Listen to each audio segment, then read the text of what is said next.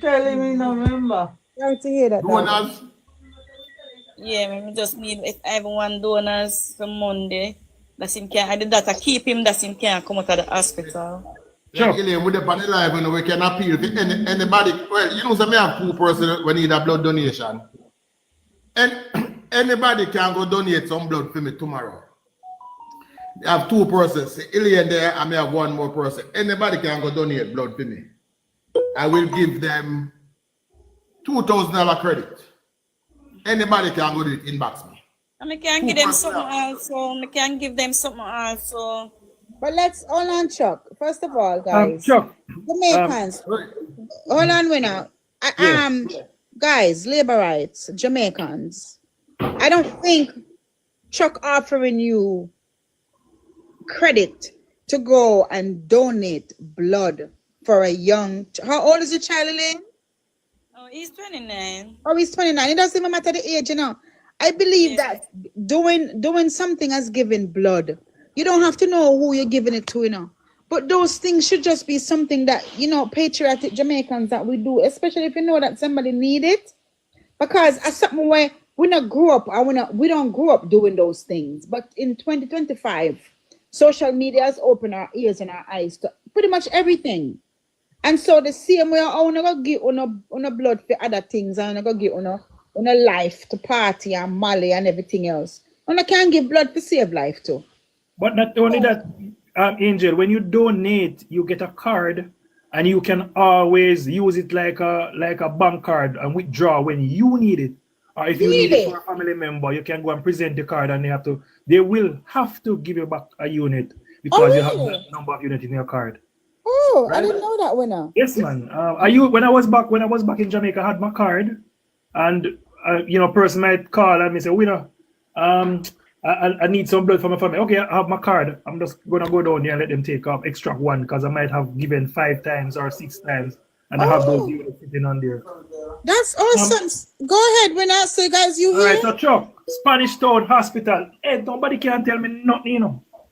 Expansion with the place of hospital, new specialized services that are coming on, neurosurgery, hemo-oncology, persons who have blood cancers and all of those, cardiology, gastroenterology, ear, nose and throat specialists, ophthalmology, psychiatry, expanded urology, new infrastructure coming. We're getting 7 operating theaters. We're going to get an accident and emergency department. You're going to get a brand new laboratory facility, brand new pharmacy, radiology department to include MRI and mammogram. They get an intensive care unit and they get a high dependency unit.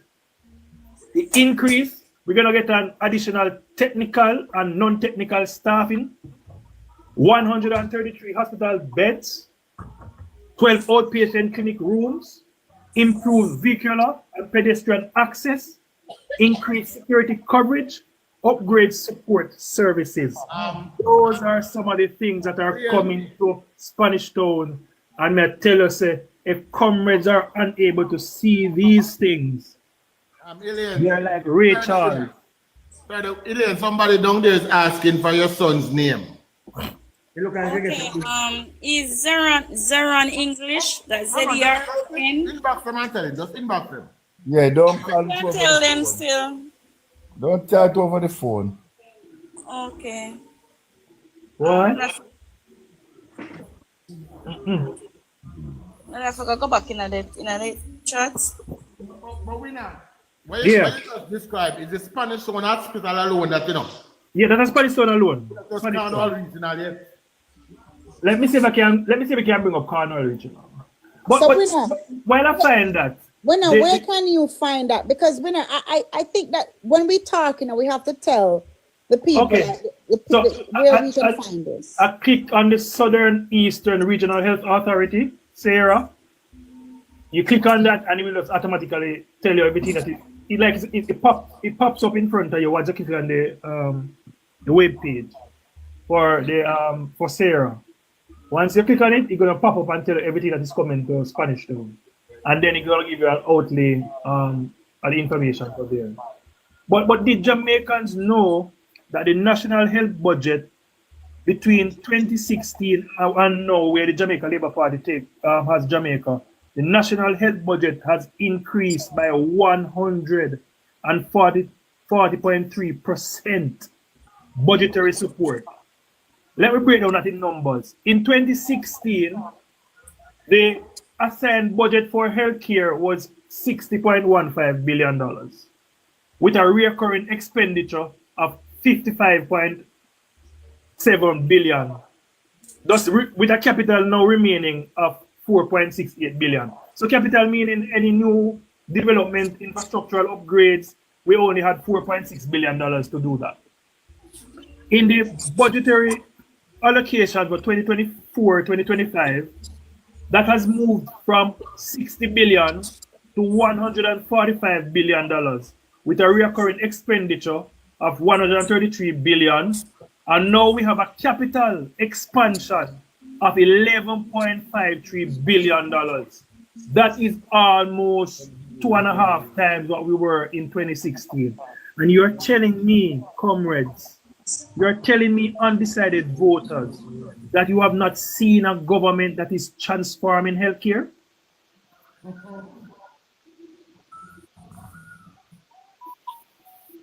But when it's just like I say, we have to be careful. I try to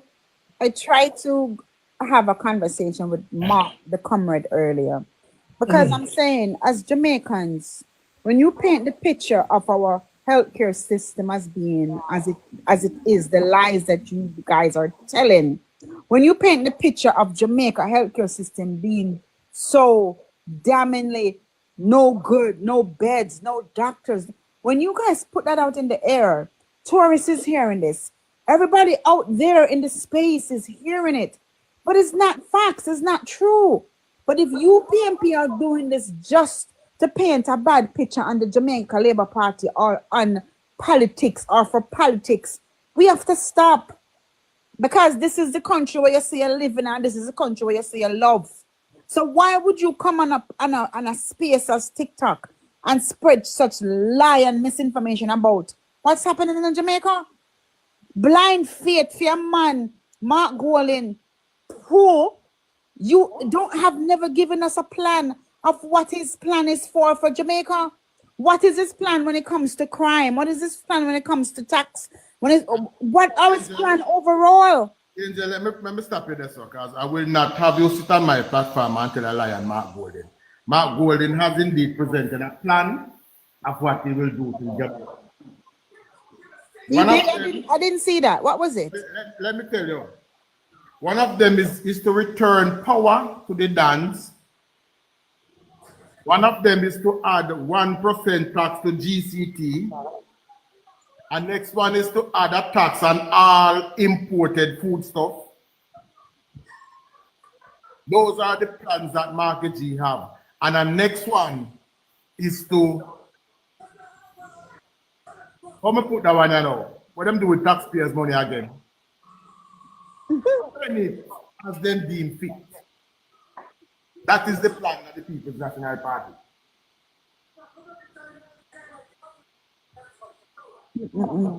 Tax and thief.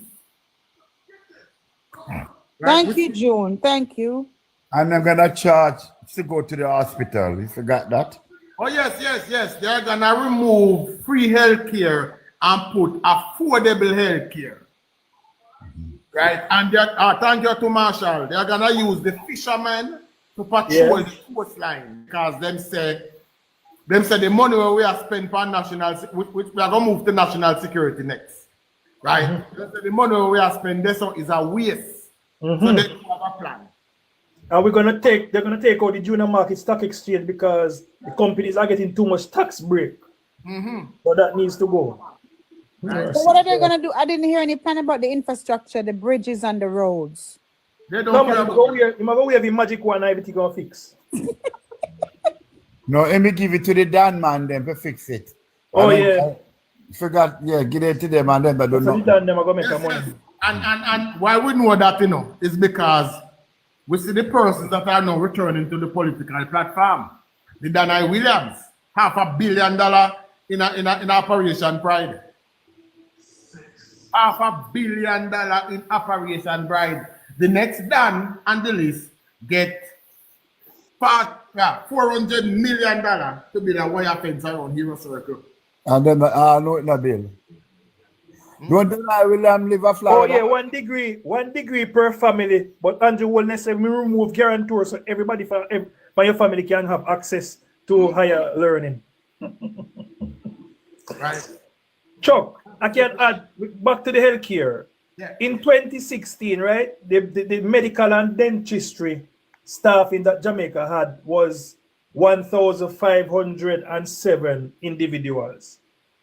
To date, 2023 to 2044, we have over 2,089. That's an increase of 39%. Comrades can beat the numbers. When they're saying that we're losing people, right? That's a lie. The numbers don't lie. Nursing and midwifery, right? Those are the nursing staff where we have the support, and midwifery have to do with delivering a baby. We had 4,669. To date, we have 4,741. That is an increase of 1.55%. So basically, a balance, right? Allied health, those are like persons who in my department, medical technologists, pharmacists, and all the others, dietitians and all of those. They had 716 individuals working across healthcare public system. Now we have 2,433 of those people, individuals working. That's an increase of 204%. Administration, all of those persons who make up the healthcare system outside of the specialty, we had 376. To date, we have 2,287. That's an increase of 508%. Other supporting staff, we had 3,942. To date, we have 6,055. That's an increase of 53.6%. So we are not only building out the infrastructure. So we we're are hiring the Jamaicans to man these new developments, and we are taking on Jamaicans to man oh God, what is it? And we're not answering this question. We'll be looking on average of about 6,000 new persons to man the new hospital that will be in Montego Bay. That's the Corner Regional Hospital and the Western Children's Hospital. So that will require 6,000 Jamaicans to get jobs. So just a question based on what you just said.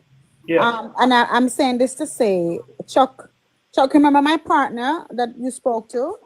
Yeah. I have an ex-partner he's a firefighter, and he's a firefighter in Edison, New Jersey, and he works part-time at the other company. So he has 2 jobs. I'm asking you this based on the number that you just gave us, right? Most of my partners and most of EMS, most people have 2 jobs. Yes. And I get to understand that these nurses in Jamaica and these people in the healthcare facility, they only have 1 job. Yes, they only have 1 job. But I'm saying, can you imagine? They are living and are comfortable working 1 job. And I'm telling you that a firefighter that works for the state of New Jersey has 2 jobs. Yep. Has 2 jobs. He's a firefighter 4 days a week, and the next 3 days, well, he's off 4 and work 3, off 3 and work 4. And those off days, he is an EMT and an ambulance because he's a firefighter and an EMT. But most people, I know police officers right here in Yonkers who have a 2nd job. I know people here that are in those type of jobs and they have 2 jobs. So when I hear that the nurses in Jamaica and these people in Jamaica, they are comfortable working 4 days a week, 1 job because the pay is good. Because if the pay wasn't good, wouldn't you go and seek a next job to make that up? Yep. Okay. I need that say no more. And let me see, the nurses, this was an offer from the government. Let me see if I can put it there. This was an offer from the government. This was a vacant position in 2023, May of 2023. And the pay scale for a nurse, a beginner nurse, was $2,998,418. Two. And that would be based on the qualification now to $3,566,176. So that is between those two, based on experience and education. You can do that. Let me see much per month that is. Winner. That's where you just called. Was that a political position you just called out? No, sir. But as come to comrade, a politician alone get 300% raise.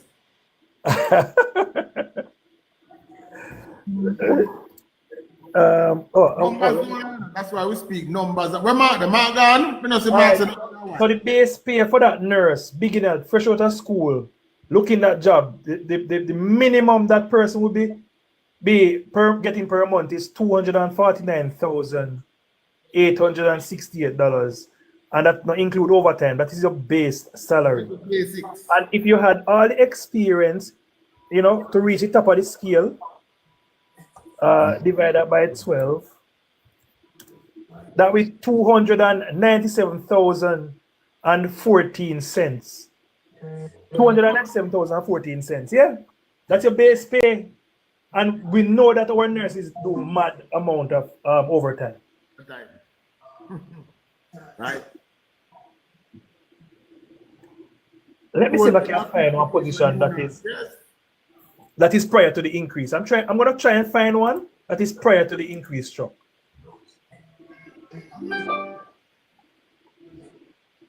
I think they say genuine ones say 170K of it is not tax. So you're only tax. Oh my God, I wish that was so Chuck. Thank you, the genuine. Let me say, my partner Michael voted for Donald Trump because Donald Trump make a promise.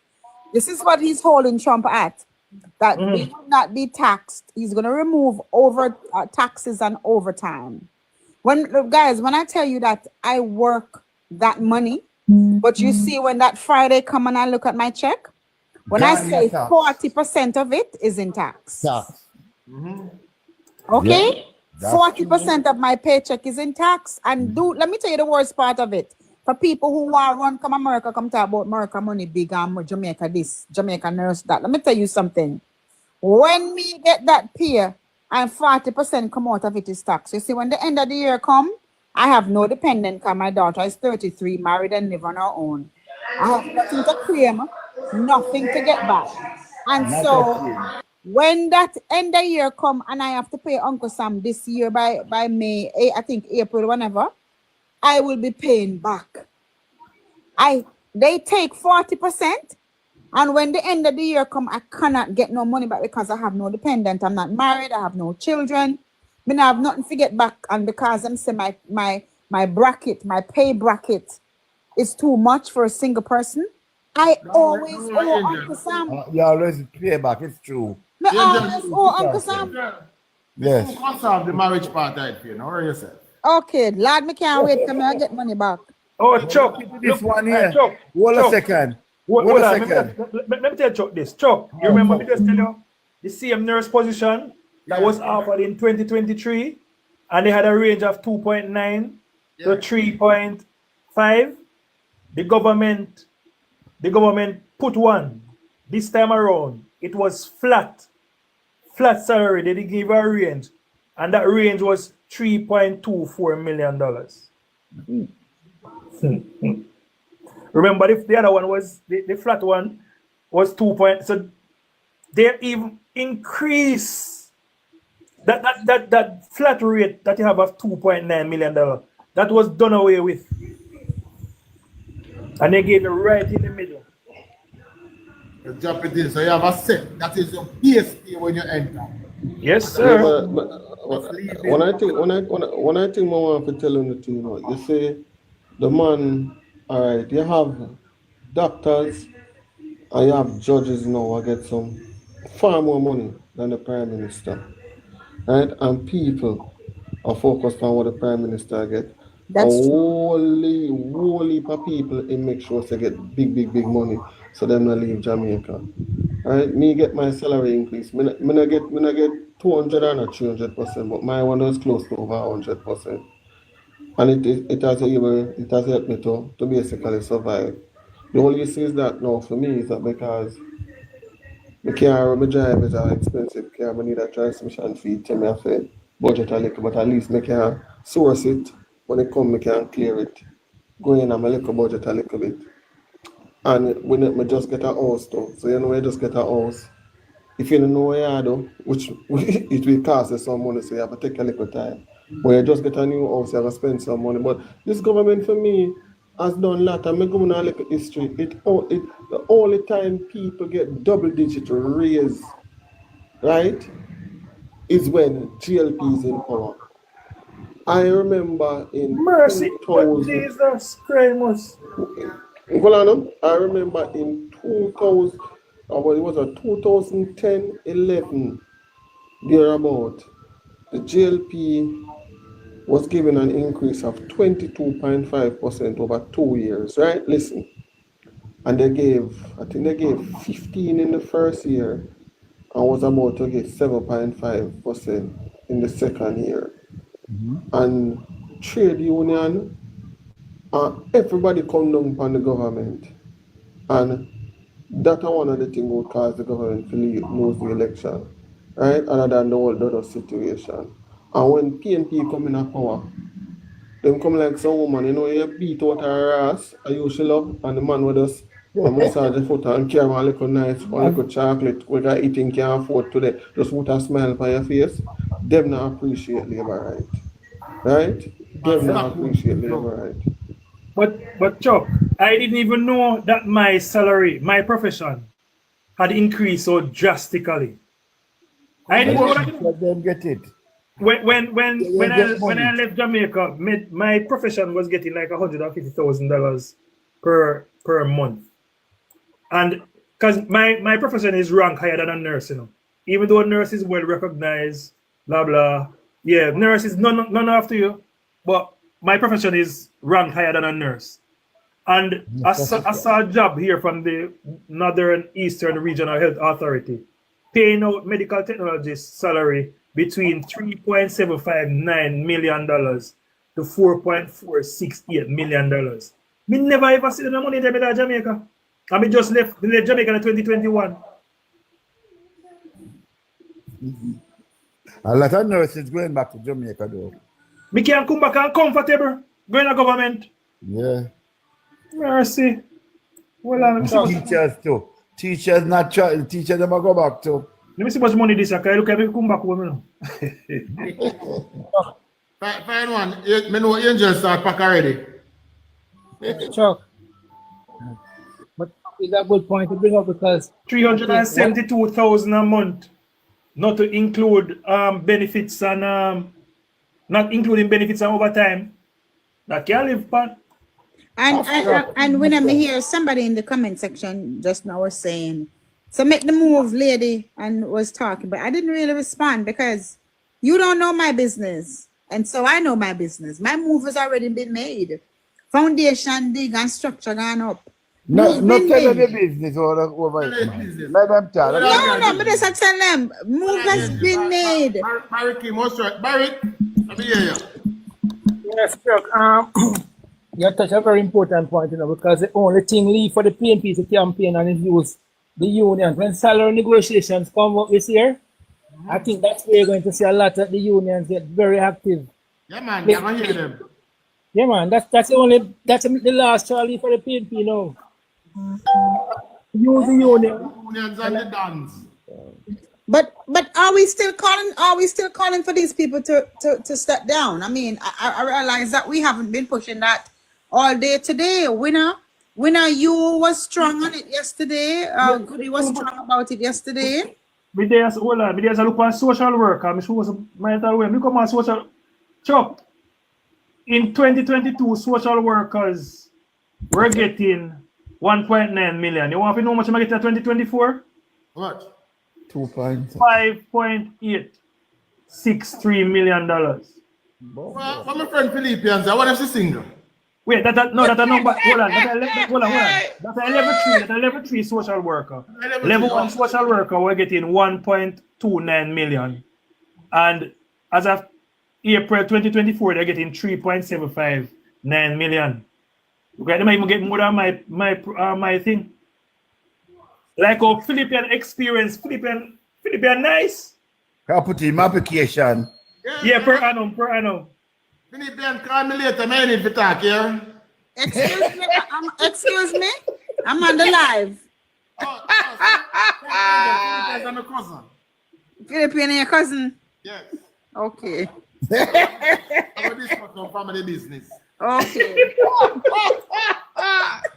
But we not, you see, me glad we are read out there something there, you know. Because the notion where they come where them have out there is that a politician alone get them something here. No. All right. A constable in a police force in 2022 was getting $874,142 for them pay. As of April 2024, they're getting $2.3587 million. What? They're coming from $874,000 to $2.358 million. A corporal was getting $1.1 million. Now they're getting $3 million. And people. Hold on, let me read them. A sergeant You can finish now, was man. getting 1.4. They are now getting 3.8. And an inspector was getting 1.8. They are now getting 5.5. You're right. Our teacher I get because policeman. Hold on, let me find the teacher them now. Let me find the teacher them. Policeman love my teacher. And nurse. All right. That's a principal, lecturer, principal, trained teacher with a diploma. They were getting 1.0 million. Now they are getting 2.2 million. Whoa. The specialist 2 was getting 994. They're getting 2.24 million. Right. Specialist 1 was getting 917,000. They're getting 1.71 million. The bomber now is the principals. Let me find the principal. Oh, they never say they have supposed principal. They have in a class. They have in a class. They were getting class A principal. They were getting 4.3 million. These principals are getting 11.17 million now. What? The class B principals were getting 3.7 million. They are now getting 11.17 million. Class C principal, they were getting 3.5 million. Now they are getting 11.17 million. The vice principals were getting 3.4 million. They are now getting 9.17 million. So they get large. Those are like, that's like 200 and something % increase for the vice principals. Lecturers. That's why they might go back home. Oh, that's why they might go back Where home. they might go? So one of the point I want to make now too, I'm glad that you are informed the public. One of the points I want to make too is that under this new salary structure, persons upon retirement will have bigger and better pensions going home with. Under the old structure, you start the non-taxable allowance or benefits, so to speak, made up majority at least 80% of your pay.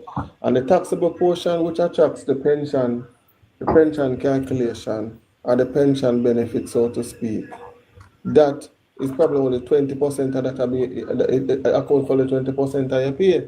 And when you retire now, you look back to government for everything. So this now, the government is ensuring that you are retiring better than before. It is a great move, right? So some persons are complaining A, B, C, and D because they expect to get salary like the Prime Minister. How people believe so them forget salary like Prime Minister. Right? And a member of parliament. What level of work you doing so? Right? Exactly. But you know what, genuine, half of the time when I listen to these people talk, they're not even qualified. You know, I was listening to a comrade live the other day talking about the medical the health fair they had. And you should hear them, how much thousands of people out there with resume. Are you really? You guys are talking, and I had to write in the comment section, and I'm not even qualified to be up here speaking. You know, sound like some dunce. We live under one rock, under one sea, under the ocean somewhere. Man, let me say, people complain all the time. These PMP dons talking about this salary raise and what them forget. They're not even qualified. You have to market yourself, educate yourself, put yourself in a place where you can demand what you want, where you can go to someone and say, this is the salary that I'm looking for. If I'm not getting this, well, you know, I'm okay, I can walk. Yeah. But I'm not qualified for nothing, but you don't want to talk about, you don't want to raise. Go lay some block somewhere. Good night. I'm looking. Good night. Hold on, we not pause. There's an important point that we really want to touch. Right? That point that alone made me come up here. That listening along was comfortable listening. But a genuine one touched one point a while ago, talking about the new salary structure and the taxable portion that has been increased, which would have led to better retirement for professionals. You know, that is one of the areas they're attacking and trying to defeat the salary increase that the people are getting. Mm-hmm. They're causing the people to be ungrateful because they might tell them, oh, they might tax you more now, right? And me and Damian Crawford had an argument over this because his position was, don't tax the people them so much money. Give them the money now instead of telling them, oh, we're going to save it for you for the next 30 years. How much are we going to live for the next 30 years? And one bag of harsh Nonsense. shit. I had to get real mad on him. I said to him, say, Crawford, look how long since independence you allow the people to do it themselves. And right now we have an overbearing amount of elderly folks who are depending on their children, who are already struggling. But if they had a pension, they would have can help themselves and can even help their struggling children. But it don't work like that. I'm saying, Mr. Man, I had to go off on him at the morning. The man attack the fact that the salary structure, the taxable portion has increased so that they will have more in the pension fund for people. Yes, sir. That's where the man attack, you know. But it's not taxed. It's not taxed, you know. Remember, your pension is removed before tax is applied. And they say it's a tax. Taking no, it's more. Not a tax. Oh, they're taking more. No, for later. No, pension is voluntary contribution. But he never said that way there. You are allowed to contribute a percentage, and the percentage is within a band. So you can't go below the band, and you can't go above the band. Once you select what you want, you can't go above. You just can't go below. Huh? You can go above, but you can't go below. No man, they have a cutoff for it. Cutoff. Because if that is so, Chuck, if I wanted to breach the system, hold on. You're right, winner. My salary to it. So, but there's a cutoff. Winner. Yeah. You're right. There's a cutoff. That's why there's private pension schemes. That's why there's private pension schemes, and we get into it like that too. Because when I think, no man, the private, it don't. Remember, you look at the salary, you know. I contribute to my pension plan. That is why I can. Yeah, man. They have pension. You know, I'm not new to pension. I had Sadikor. No, yeah. I had JMMB. No. When you are sitting for pension, you need to present your salary, and there's a cutoff for how much you can contribute.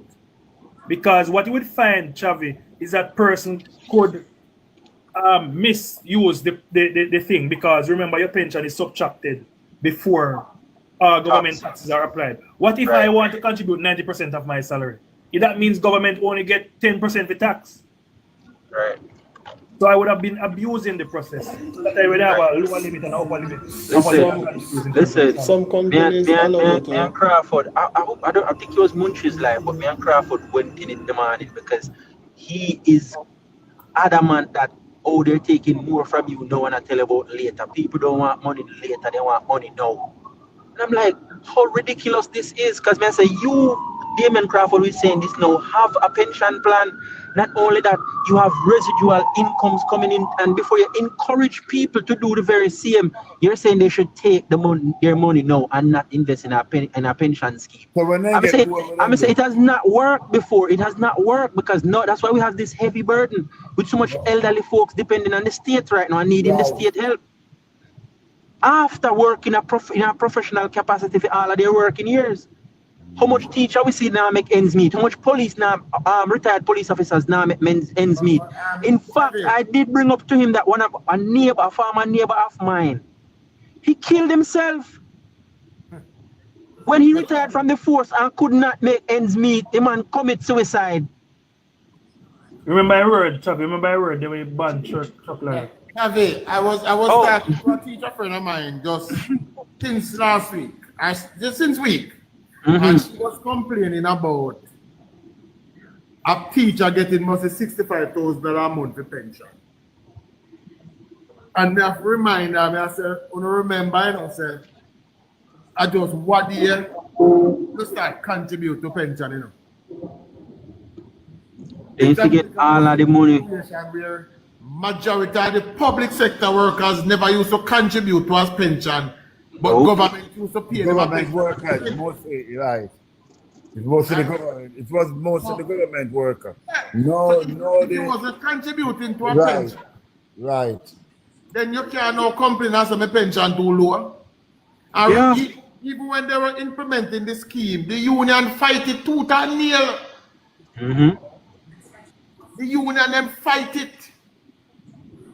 Now the pension scheme where they can look forward to, even the very tourist worker pension. Because when you reach over 65, you need something. Yeah. You have to. Even in America, you have pension. Some people we are developing nation. See, we are developing nation. These are fundamental things that will need to become. If we have any aspirations of becoming a first world country and to be fully developed, because we are in the process of developing. We are developing. If we desire to be a developed nation, these fundamental things has to be in place. We cannot have a society where everybody when they get old, all of our public service when they get old, or just about everybody when they get old, is the state that takes care of them. You'll never have a productive country. Here to add to Travis' point as well. Hey, everybody, mama. May I listen to, but I will rest. I will rest to you, mommy. I will rest. My name is Genuine One Vex, because Genuine One come in long time. Come, Genuine. Can get my back. What? Need my back. Let's shake it. All right? Okay. All right. Let me just want to say, Travis, Shika. I'm just here. Okay, I just wanted to say that it is something that I have experienced. The retired poor, the public sector retired poor. Back in my days when I was doing or working in finance. Shika, break up. That's how the fool is more back in your days. You know, back in I don't work in finance anymore. That's why I'm saying that. So one of the things, not back in my days. yes. So one of the things that we experienced was that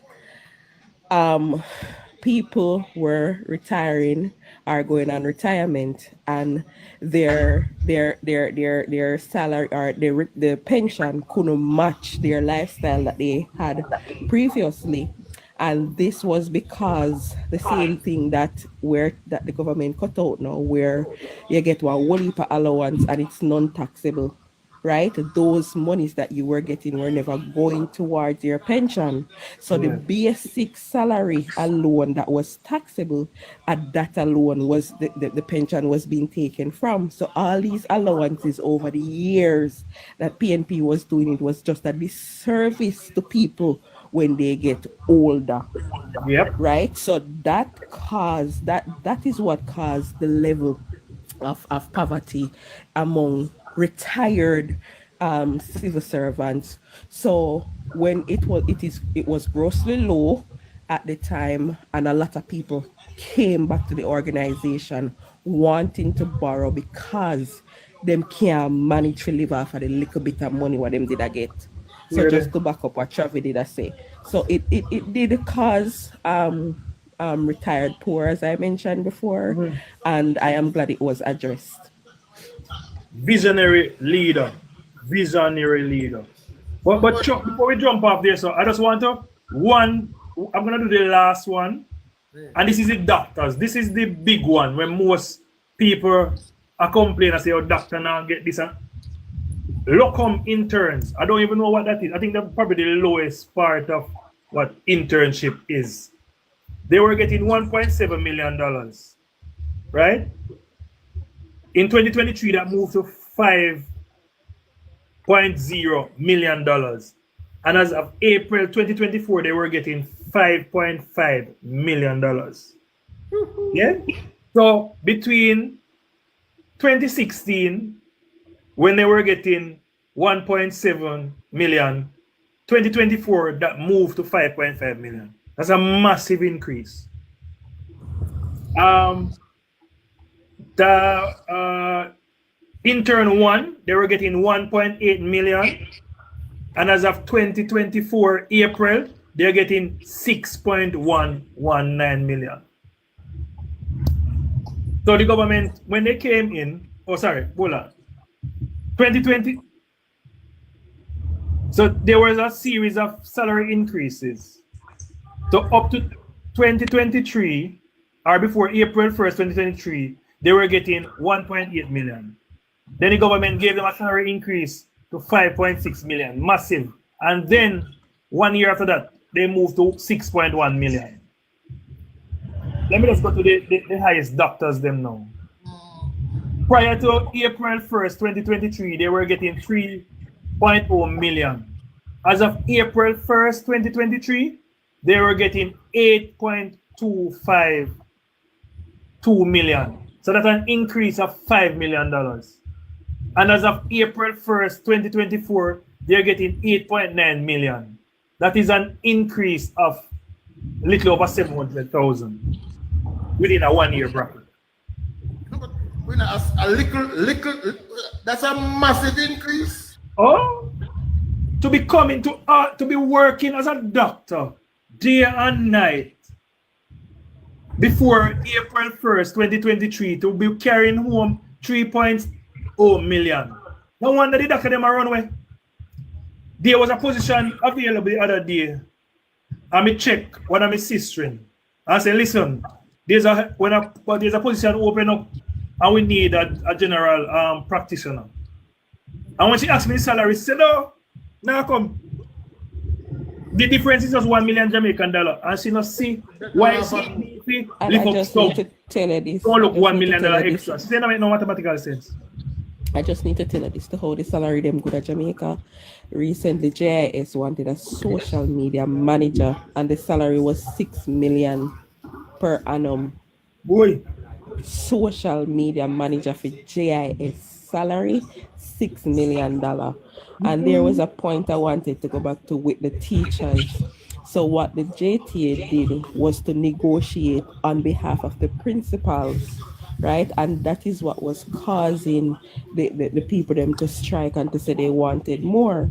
Notice how the principal them, they're $11 million this and that, and the teachers them just merely get like a 100% or 200% increase, while the principals did get 300% and 400% increase. Because to move from $6 million to well, not 100%, but to $11 million, that is a big jump, right? So they negotiated on behalf of the principals and not on behalf of the teachers. And that is where the problem is. That is where the gap is. Because there's no way you can have teacher earn $2 and $3 million and principal earn $11 million. That's not fair. No, that's not right? fair. The gap is too wide. So the JTA was playing. The JTA was being disingenuous with the teachers, and that's what caused the problem. It's not was Shika. They are still doing it. Well, yeah, they are. Because normally it's the principal is the president of the We have a beautiful question being asked here. With these massive salary increase, can a PMP government maintain this? Bad Mix is asking, can a PMP government maintain these salary packages? It takes cash to care, Bad Mix.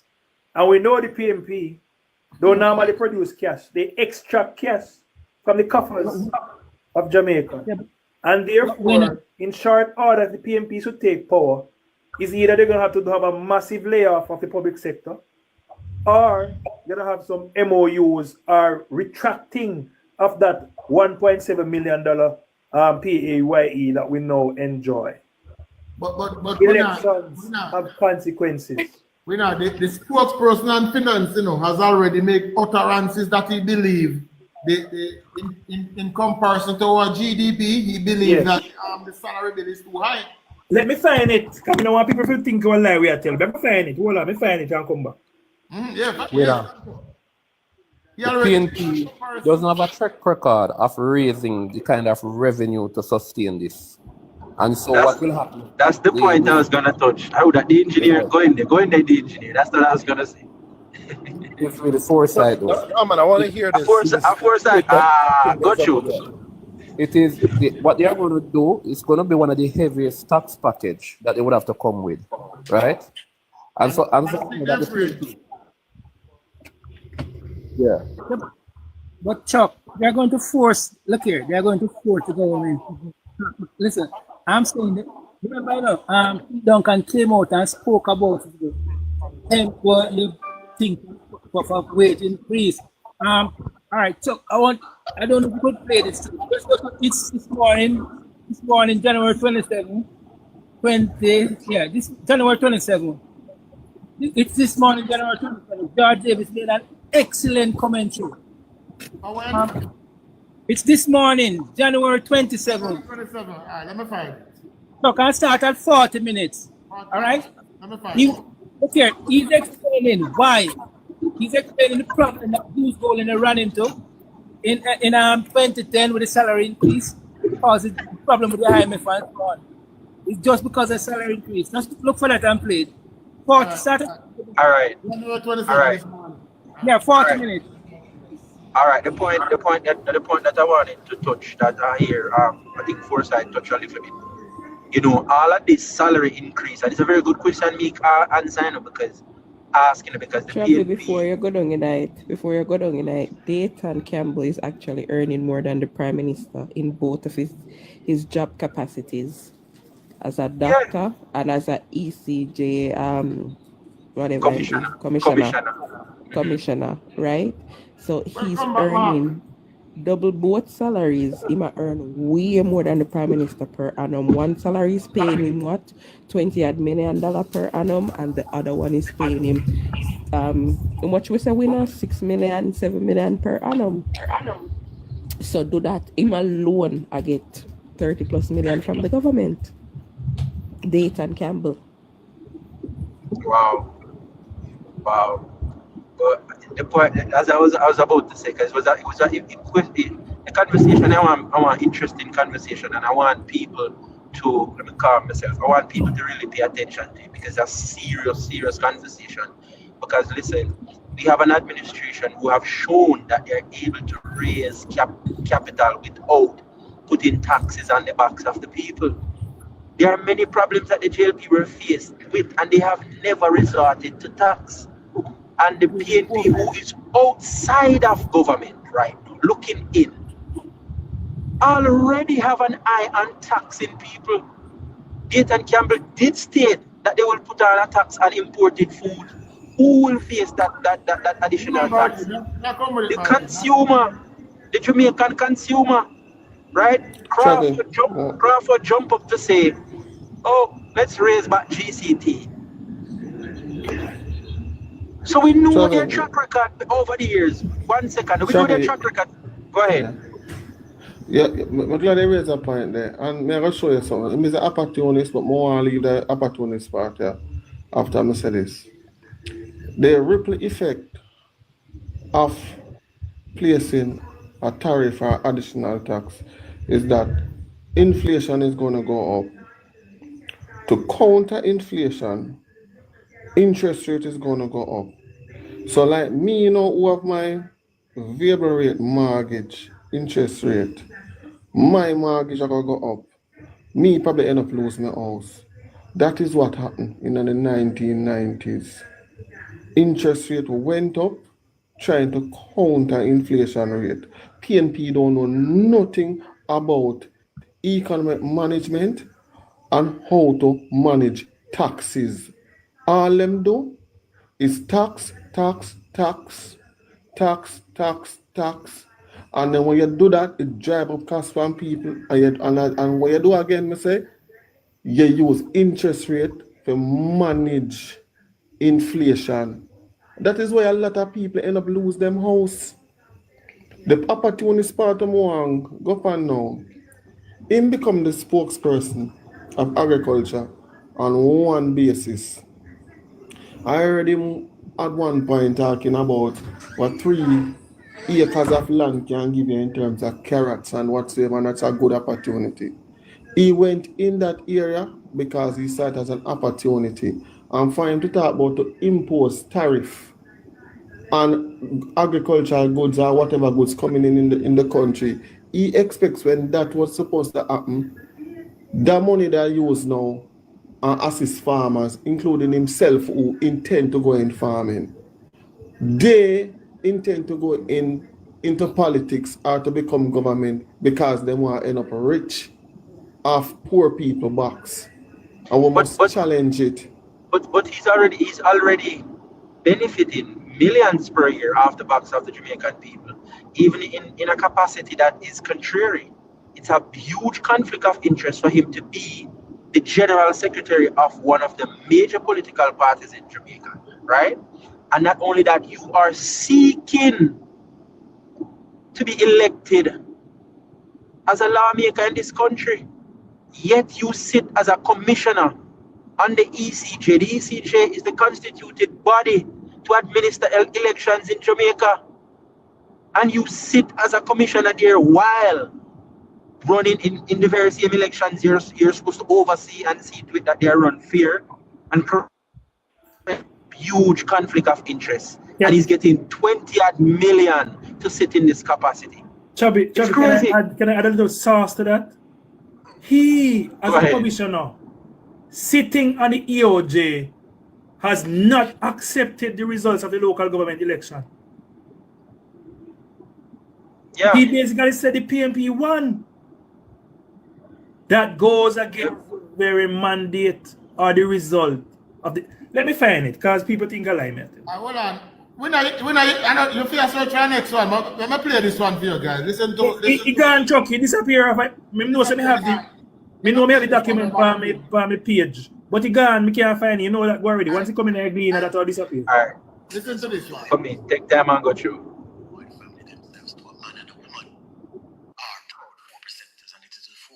I'm talking to this morning.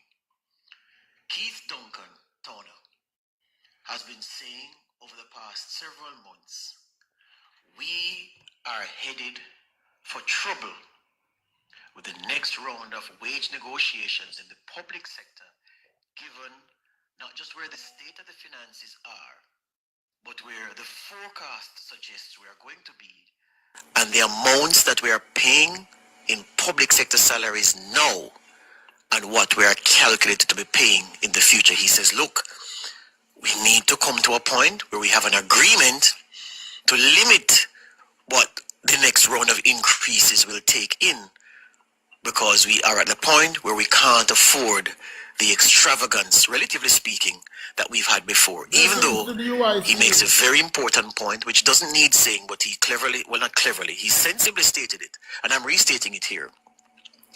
Public sector workers, they deserve the good salaries that they command.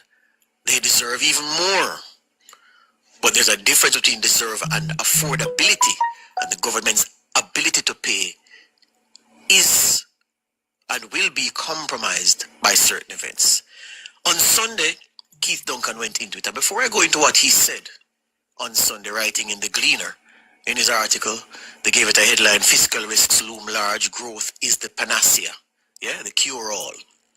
Remember, I've said in the space already, we only need to go back to about 2010 to realize how public sector wages can torpedo an economic plan. Recall that 1.27 million US dollar standby arrangement that the then Golding administration, Bruce, had with the IMF, and how that was knocked off track by $9 billion that the government had to pay out to public sector workers. That represented a 7% increase. And that 7% increase caused a rift between the government and the IMF. The IMF wanted say, okay, we're against you paying this, but if you insist that you must, because politically and otherwise, you have to oblige, pay it forward. So pay it from this point, you get 7%, your next paycheck will represent a 7% increase, and you go forward. The government is saying, well, that's all well and good, but the unions say they want their retroactive as well. So for the time that we have delayed implementing this new round of wage increases, they want the retroactive to be paid from that time. So pay the retroactive and pay forward is what the unions have asked us to do. IMF says, no, we don't want you to do that. If you must pay the 7%, which we don't want you to do, pay it forward. Well, you know what happened? The government went ahead, paid the retro, paid it forward. In between all of that, they tried to not pay the 7%. But the police took them to court and won a victory that had to be applied then to every group in the public sector.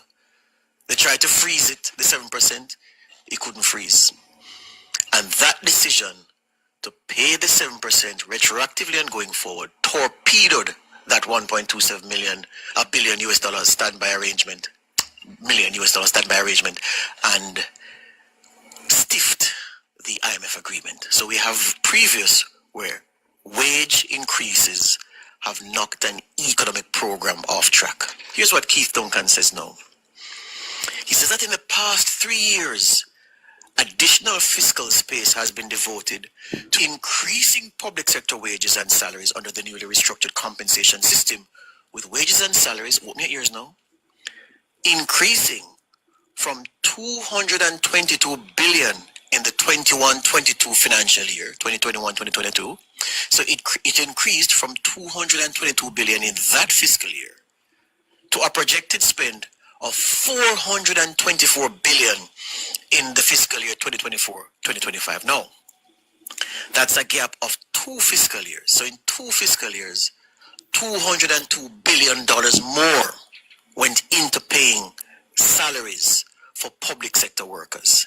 He says for the same period, as a percentage of GDP, of course, the measure of the value of goods and services produced within a country by all of those active and participating in it. For the same period, as a percentage of GDP, wages and salaries have increased from 9.58% of GDP to 13.15%, and have increased as a percentage of tax revenues from 36% to 46%. We are on a steep path where wages in the public sector are hoovering up more of the resources. So, it used to be 36% of all tax revenues collected that went to wages. Now it's 46%. And he said that in the 2 fiscal years between 2021-22 and 2024-25, $202 billion more went into paying public sector wages and salaries. He says that the increase, of course, was well overdue. So don't say Keith Duncan don't want government to pay workers more, because somebody will take that from the discussion. That's not what he's saying. He writes the increases were well overdue. But the significant increases pose a great risk that the increase will crowd out other critical areas of spending, because if you're putting more of what you collect in tax revenue into paying salaries, clearly somewhere else will get squeezed, is what he's saying. That's the crowding out effect that they teach you when you do economics, macro, micro, whether at the university level, if you started at sixth form, is something, one of the fundamental lessons about the crowding out effect, right? Duncan says,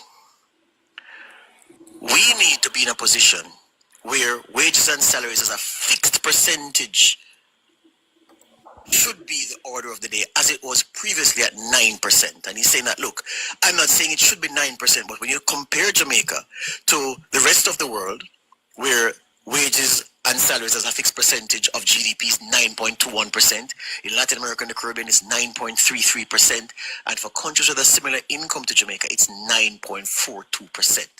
We should perhaps look at that, because the way we are going now, we're going into a situation where we no longer can afford to. Remember, we've had 9 consecutive fiscal years of no new taxes. That can't continue forever. And as you saw with Tropical Storm Raphael last year and Hurricane last year, it not take not much for shut down the economy, for revenues to dry up, and have no fiscal space within which it wants to do. So, as we are entering election season, listen very carefully to parties, the two big two, you know who they are, promising to do this and promising to do that, and public sector workers lying in expectation of a move towards even more increases. Sir, we're not hearing that. Economy is doing well. So I remind you, we do not have Chuck, it went low. Slow. It went low. Yeah, Chuck, we're not hearing it. Just go back a bit and turn it up. Hey, this is important, guys. So pay attention. in public sector salaries Better now? and what we are calculated to be paying in the future. He says, look, Yes. we need to come to a point where we have an agreement to limit what the next round of increases in, because we are at a point where we can't afford. I don't know if it's so low. Relatively speaking. Yeah, we are hearing now. We are hearing. Though he makes a very important point, which doesn't need saying, but he cleverly, well, not cleverly, he sensibly stated, and I'm restating, public sector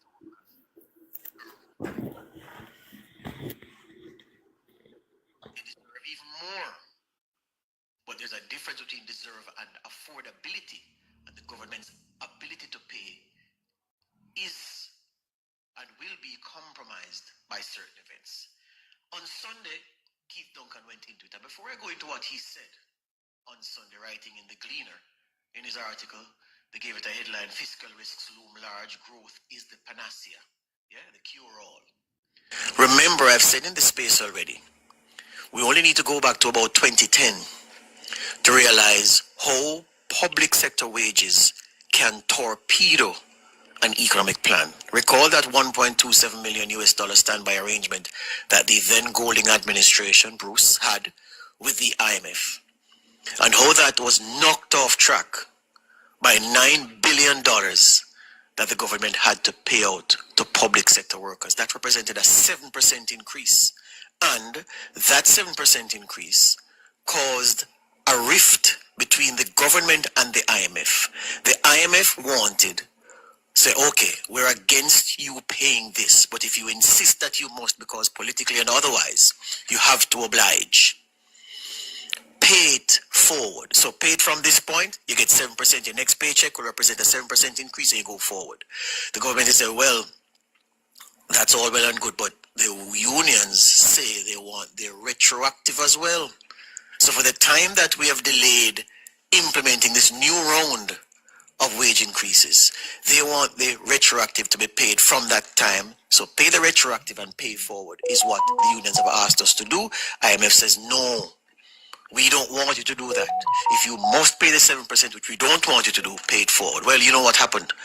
The government went ahead, paid the retro, paid it forward. In between all of that, they tried to not pay the 7%. But the police took them to court and won a victory that had to be applied then to every group in the public sector. They tried to freeze it, the 7%. It couldn't freeze. And that decision to pay the 7% retroactively and going forward torpedoed that 1.27 billion US dollars standby arrangement, million US dollars standby arrangement, and stiffed the IMF agreement. So we have previous where wage increases have knocked an economic program off track. Here's what Keith Duncan says now. He says that in the past 3 years, additional fiscal space has been devoted to increasing public sector wages and salaries under the newly restructured compensation system, with wages and salaries, open your ears now, increasing from 222 billion in the 21-22 financial year, 2021-2022. So it increased from 222 billion in that fiscal year to a projected spend of 424 billion in the fiscal year 2024-2025. No, that's a gap of 2 fiscal years. So in 2 fiscal years, $202 billion more went into paying salaries for public sector workers. He says for the same period, as a percentage of GDP, of course, the measure of the value of goods and services produced within a country by all of those active and participating in it. For the same period, as a percentage of GDP, wages and salaries have increased from 9.58% of GDP to 13.15%, and have increased as a percentage of tax revenues from 36% to 46%. We are on a steep path where wages in the public sector are hoovering up more of the resources. So, it used to be 36% of all tax revenues collected that went to wages. Now it's 46%. And he said that in the 2 fiscal years between 2021-22 and 2024-25, $202 billion more went into paying public sector wages and salaries. He says that the increase, of course, was well overdue. So don't say Keith Duncan don't want government to pay workers more, because somebody will take that from the discussion. That's not what he's saying. He writes the increases were well overdue. But the significant increases pose a great risk that the increase will crowd out other critical areas of spending, because if you're putting more of what you collect in tax revenue into paying salaries, clearly somewhere else will get squeezed, is what he's saying. That's the crowding out effect that they teach you when you do economics, macro, micro, whether at the university level or if you started at sixth form. Is something, one of the fundamental lessons about the crowding out effect, right? Duncan says, we need to be in a position where wages and salaries as a fixed percentage should be the order of the day, as it was previously at 9%. And he's saying that, look, I'm not saying it should be 9%, but when you compare Jamaica to the rest of the world, where wages and salaries as a fixed percentage of GDP is 9.21%, in Latin America and the Caribbean it's 9.33%, and for countries with a similar income to Jamaica, it's 9.42%. We should perhaps look at that, because the way we are going now, we're going into a situation where we no longer can afford to. Remember, we've had 9 consecutive fiscal years of no new taxes. That can't continue forever. And as you saw with Tropical Storm Raphael last year and Hurricane Beryl last year, it not take not much to shut down the economy, for revenues to dry up, and for the government to have no fiscal space. It's repeating, Chuck. We heard it already.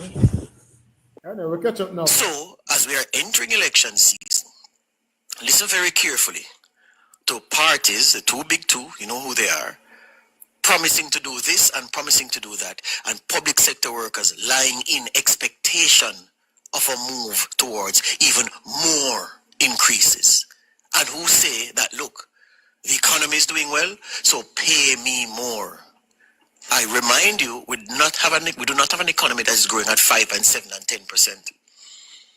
It's actually in decline the last time the numbers came out. So, how much pound of flesh do you extract? And if you have a living, breathing human being and you cut out a pound of flesh, what you go to them? They're not dead. They're not get medical attention.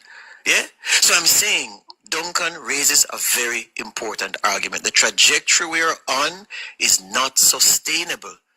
And at some point, government and unions will have to agree that, all right, this is the extent of what we can do based on the fiscal space available.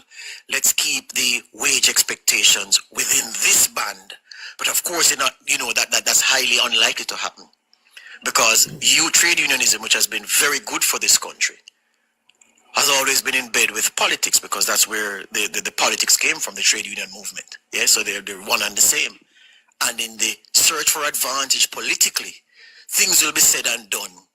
Not in the best interest of the country, but in the best interest of party. And like 2010, when the economy got stiffed by wage negotiations and demands, it could happen not too long from now. He also raised one other important point. This argument about raising the income tax threshold is now at what, $1.7 million? Here's what Duncan says. The recent increase in the income tax threshold to $1.7 million, that cost $8.95 billion. He says a further increase to $2 million, based on 2023 numbers, would cost an additional $13.4 billion. And if you raise the income tax threshold to 2.5 million, meaning that you only get taxed after the first 2.5 million of your annual salary. If you increase it to 2.5 million, that would cost an additional 25.7 billion. No, what about 3 million? That's the income tax threshold. Well, if you go there, it will cost another $38 billion. Where's the money coming from?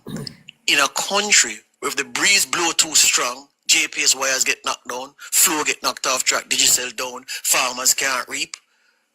I will sit down, hand with jaw, and look and live like brother dog. It's a very important thing to take into consideration as we go into promise season and as we go into people inflating our expectations, promising all this, all that. Government promising this, opposition promising this, JLP promising this, PMP promising this. Where the money gonna come from is the question. We have to manage expectations in this time. Well, I speak on it earlier, expectation versus reality. But Chuck, it's important when the comrades them a chant how JLP crash IMF program in a 2011 and run Jamaica into the ground. You see the lie them exposed? And we have been saying it all along. And I'm telling them so that was the reason. We didn't know that. But we can't, it's going to be a stiff battle because we have those negotiations coming up this year, Chuck, just before the election.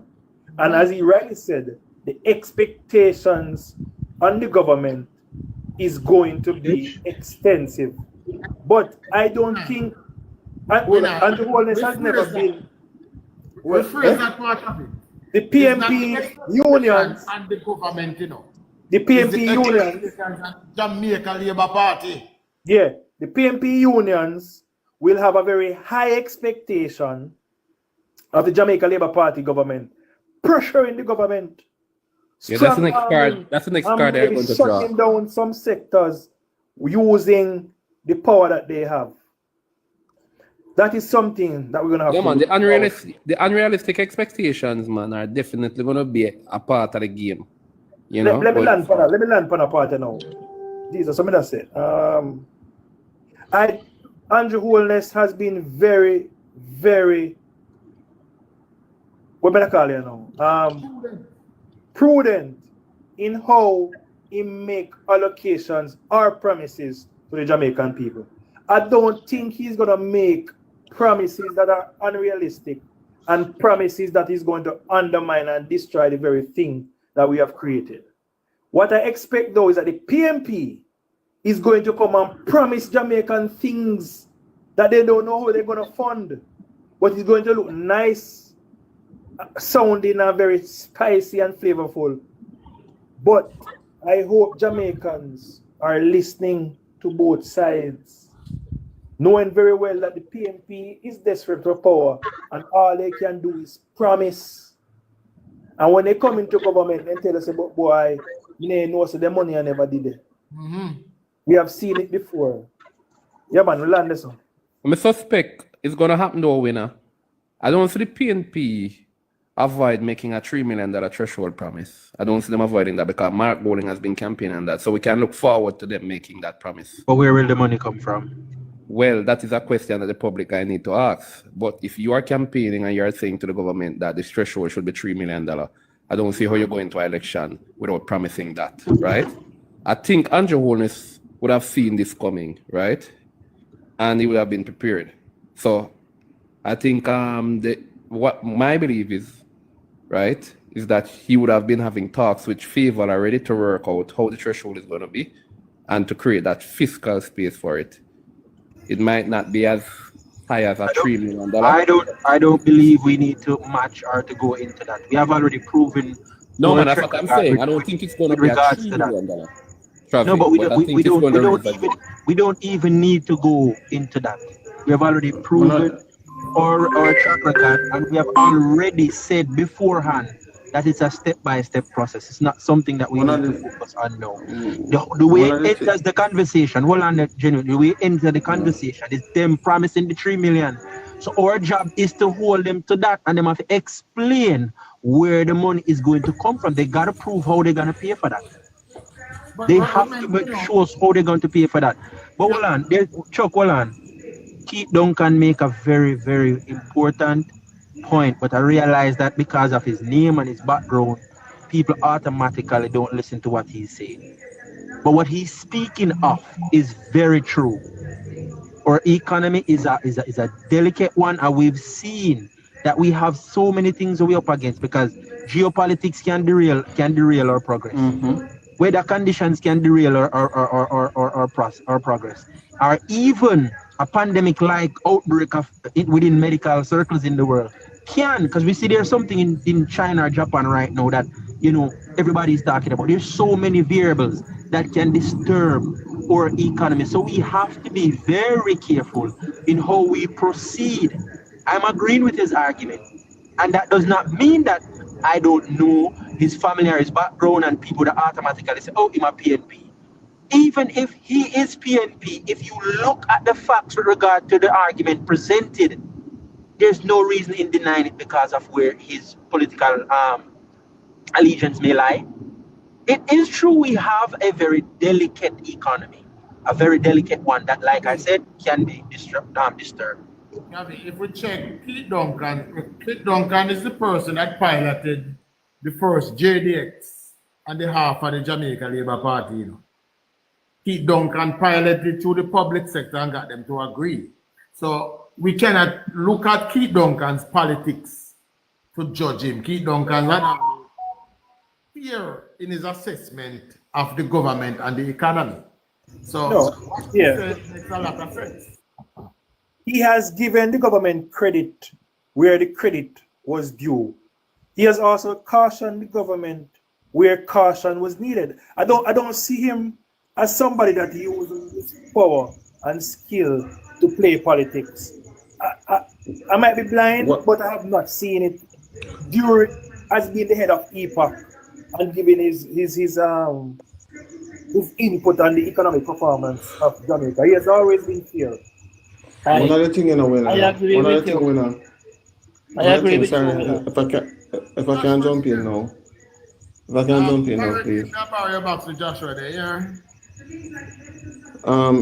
me just jump in a little.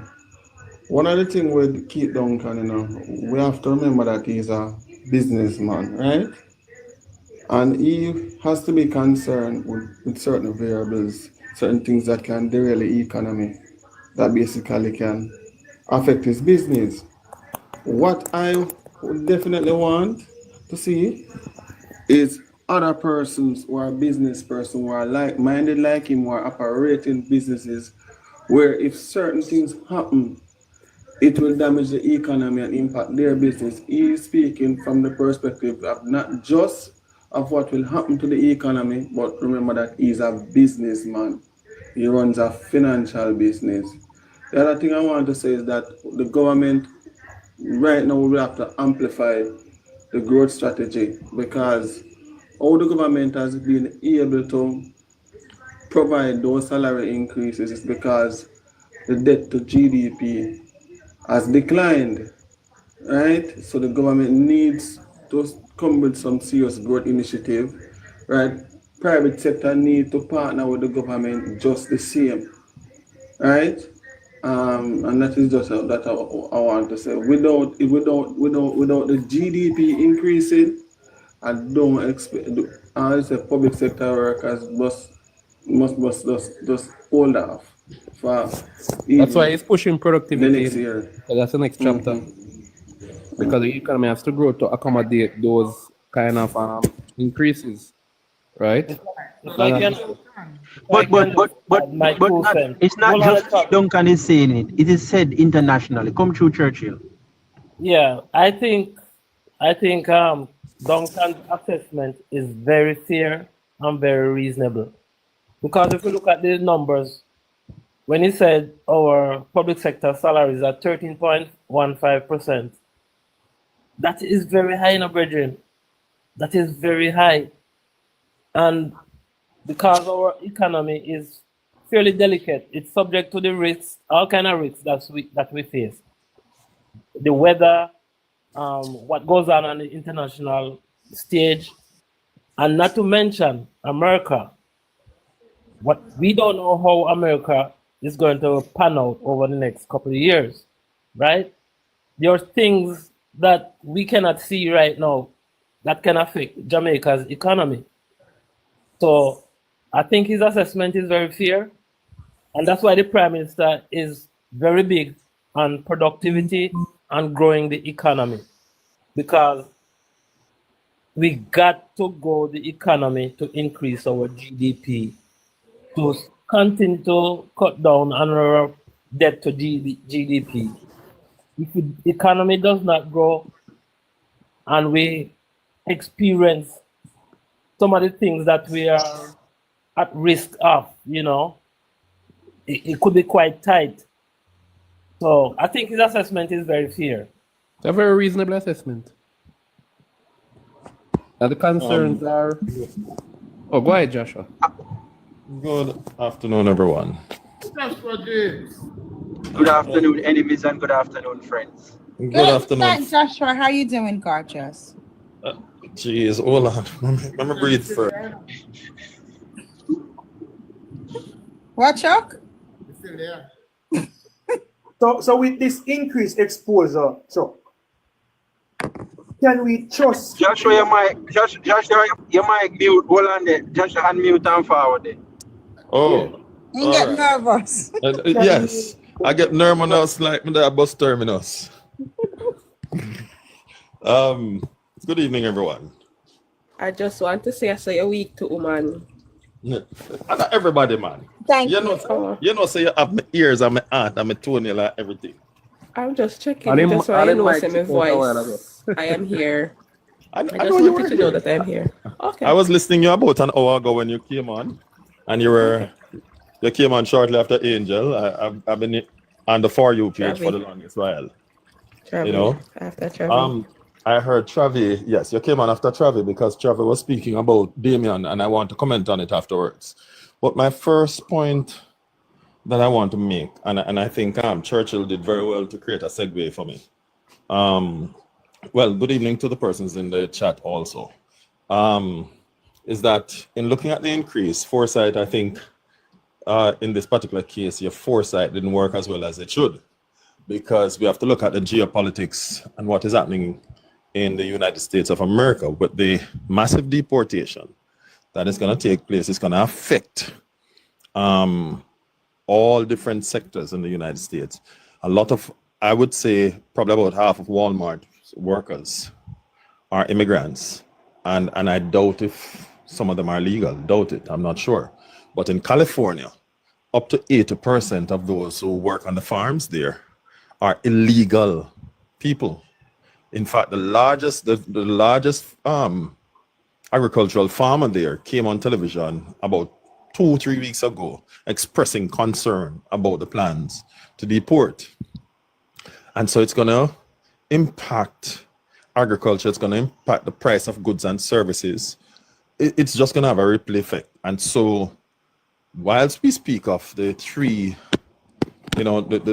million threshold, that may not be possible. And I think Travis' caution to you, Forsyth, was a good one. And the reason I said it was a good one, because our job is not to pursue something because it is in the air, but rather to look at what fiscal space we have and whether or not we're able to. It's our ability to pay that is going to determine where we bring it. And so that kind of argument about 3 million should not be entertained, but rather what should be entertained, can we afford it? That's the first. Right, that's right. Just on the 3 million. Remember, Nigel Clark already discussed the cost of raising the threshold to $3 million in his budget when he told us it will cost us nearly $40 billion. Right. We never have no plan of bringing it to $3 million. That was the PMP plan where them couldn't tell us. And that is what Joshua has misunderstood, because I was saying No. Hold on. What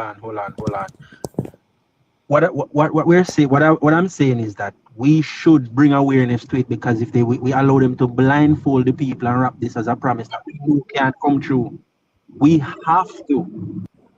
Exactly. What I was saying, Joshua, is that the PNP, I don't see the PNP avoid promising that. Right? But you did also indicate that because he has been campaigning on it, so I'm expecting them to promise that. You can't be campaigning and saying that. Hold on first. What Joshua is saying is that the argument that came across as if you were saying we should match them on that. No, and I was cautioning you when you was going to caution. And I didn't say that. No, I wasn't suggesting that. Listen where that come from. Listen where that came from. When you said that the Prime Minister would have spoke to the favor to work out where we can go. And I'm saying we don't need to work out where we can go. We need a step-by-step process. We already brought it to 1.7 million. We can ease off of that and focus on other things. That's what I'm saying. So the assertion to say look into where we can go, meaning that you're thinking of an expansion when we're not at that level. We don't want to do that now. We shouldn't be doing that now. No, the Prime Minister, I suspect, would be expecting this, right? I would be expecting that there will be a promise by the PNP to increase the threshold, right? Yeah. And he would have had discussions, if he's student, as I know he would have had discussions. I'm expecting that he would have had discussions with Favor about that. The question was posed to Favor, and she didn't make a promise at that point. She said, as a matter of fact, she declined to answer or give a definitive answer about it, right? And I think our approach, hold on, just let me finish. I wouldn't be surprised if another increase is granted prior to the election. I wouldn't be surprised, but to say go $3 million, I wasn't thinking of $3 million at all. I do not see the threshold again in this budget. But for me, I don't think. Just for finish, because that's never finishing point already. Thank you very much. Thank you very much. And it comes back to what Travis says. I think that the conversation that we should be having, we out in the space, and that we should be encouraging those who are expecting an increase in the public sector to think about is that whilst I may want X, can it be afforded without derailing the economy? Can it be afforded without derailing the gains that we have made? Or even if it doesn't derail it, can it be afforded without slowing down the economy? When in truth and in fact, what we want is an economy to grow, right? Genuine One about an hour ago spoke about the ripple effect of granting increases that we are unable to afford and how we may have to increase not just taxes, but interest rates. And those are prudent arguments that we must never lose sight of, and we must continue to have this debate in the public space, because if we don't, unfortunately, those who should know better, let me give you an example. Last year, for instance, early last year, I have a friend, someone I know very, very, very well, right? He has my number. I have his number. He's a part of the JTA. And I remember that evening when we were having a conversation, he said to me, he has a meeting to attend now. And I said, what meeting? I don't know why I asked, because usually I don't ask people about them business. And he said to me, we are going to pressure the government to grant us more increase because they can't afford it. That's what he said to me that Sunday evening. And I said, what do you mean when you say the government can afford it? He says the government is bragging about the money that we have now versus what we didn't have. And I said, you're not thinking clearly. This is a teacher I'm talking about. This is somebody who's a part of the JTA, a practicing teacher. And he's going into a meeting to pressure the government to pay more money after they just got an increase. Right? And so we have to make sure that we jump ahead of the crowd and have that conversation and encourage persons to look into the variables, right? And how it can have a negative effect. So one other thing I said to him, I said, you may get the increase that you desire, but when inflation goes up, can you afford what you want to afford anymore?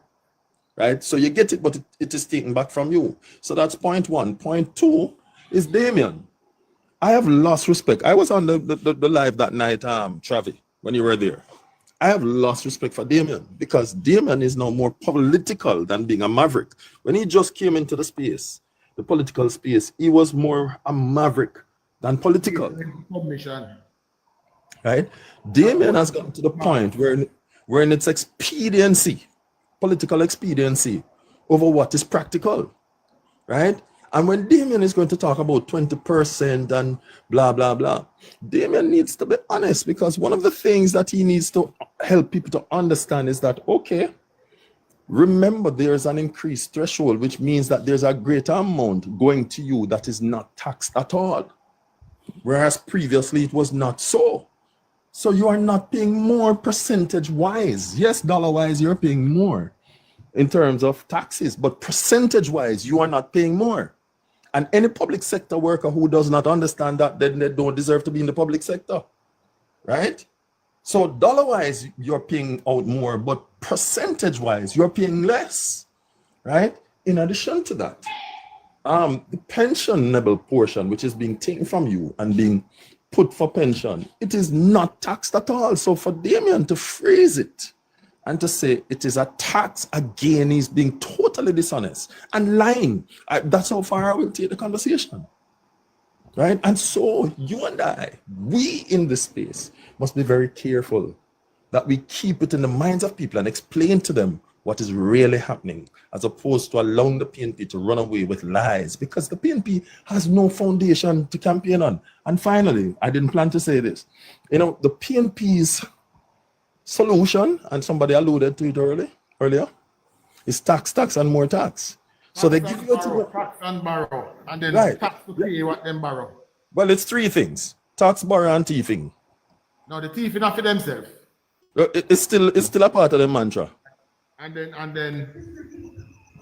right? Tax again to pay what them borrow.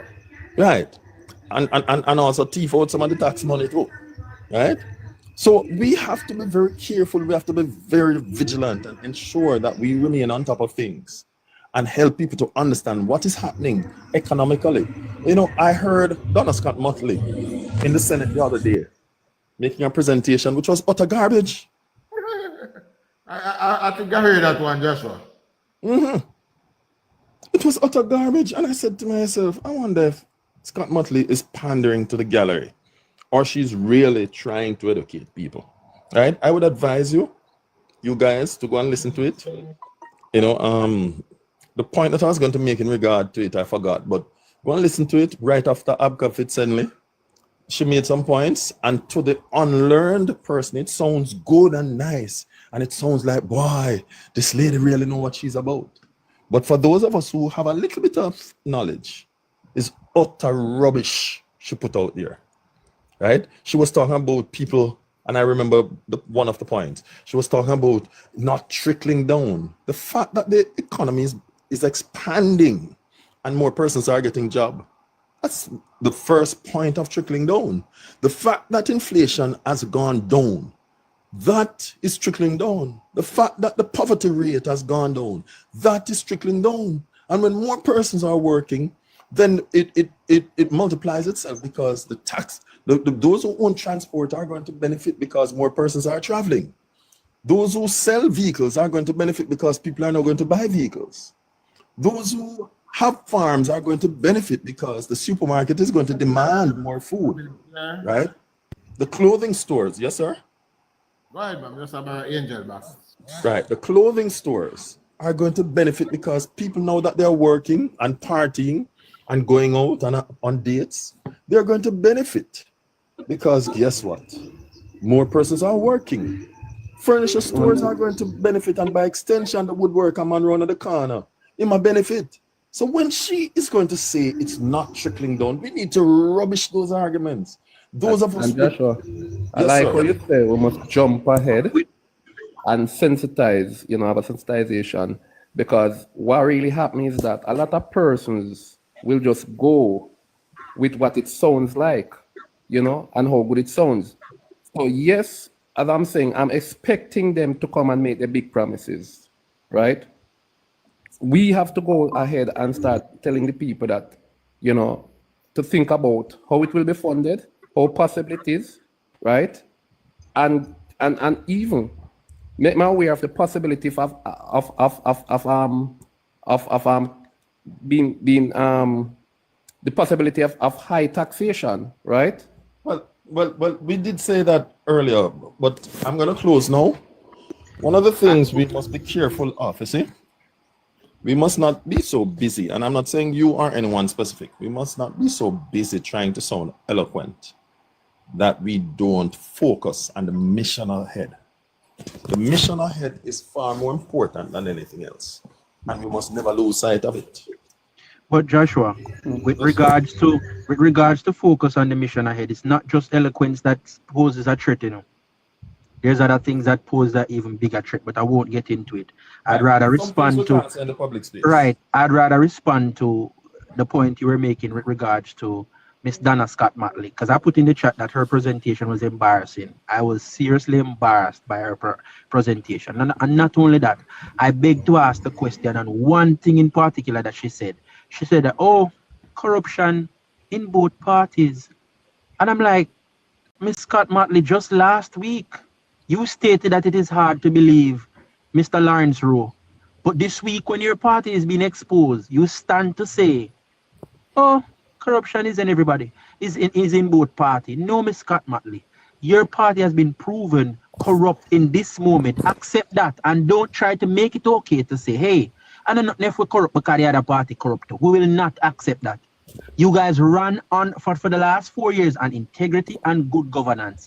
Don't do this little cover-up that you're doing right now. And this is what the people of Jamaica need to realize. The PMP will run out and act as if they are the standard bearer and in good governance and integrity. And when they are questioned or when they're caught red-handed, they play off everything. Good governance and integrity goes out the window. Mark Golding himself said to any guy get caught up in anything hanky panky, them now go far with him because him knowing the hanky panky. Come on. By the way, Travi, I don't know if you heard the presentation in Parliament, the last Parliament, wherein the illicit six doesn't exist. We heard it and we were on here talking about it. And with that, more said to win us. One thing about blind, you make a statement that not too long more answer, So you're blind. No winner. I'm in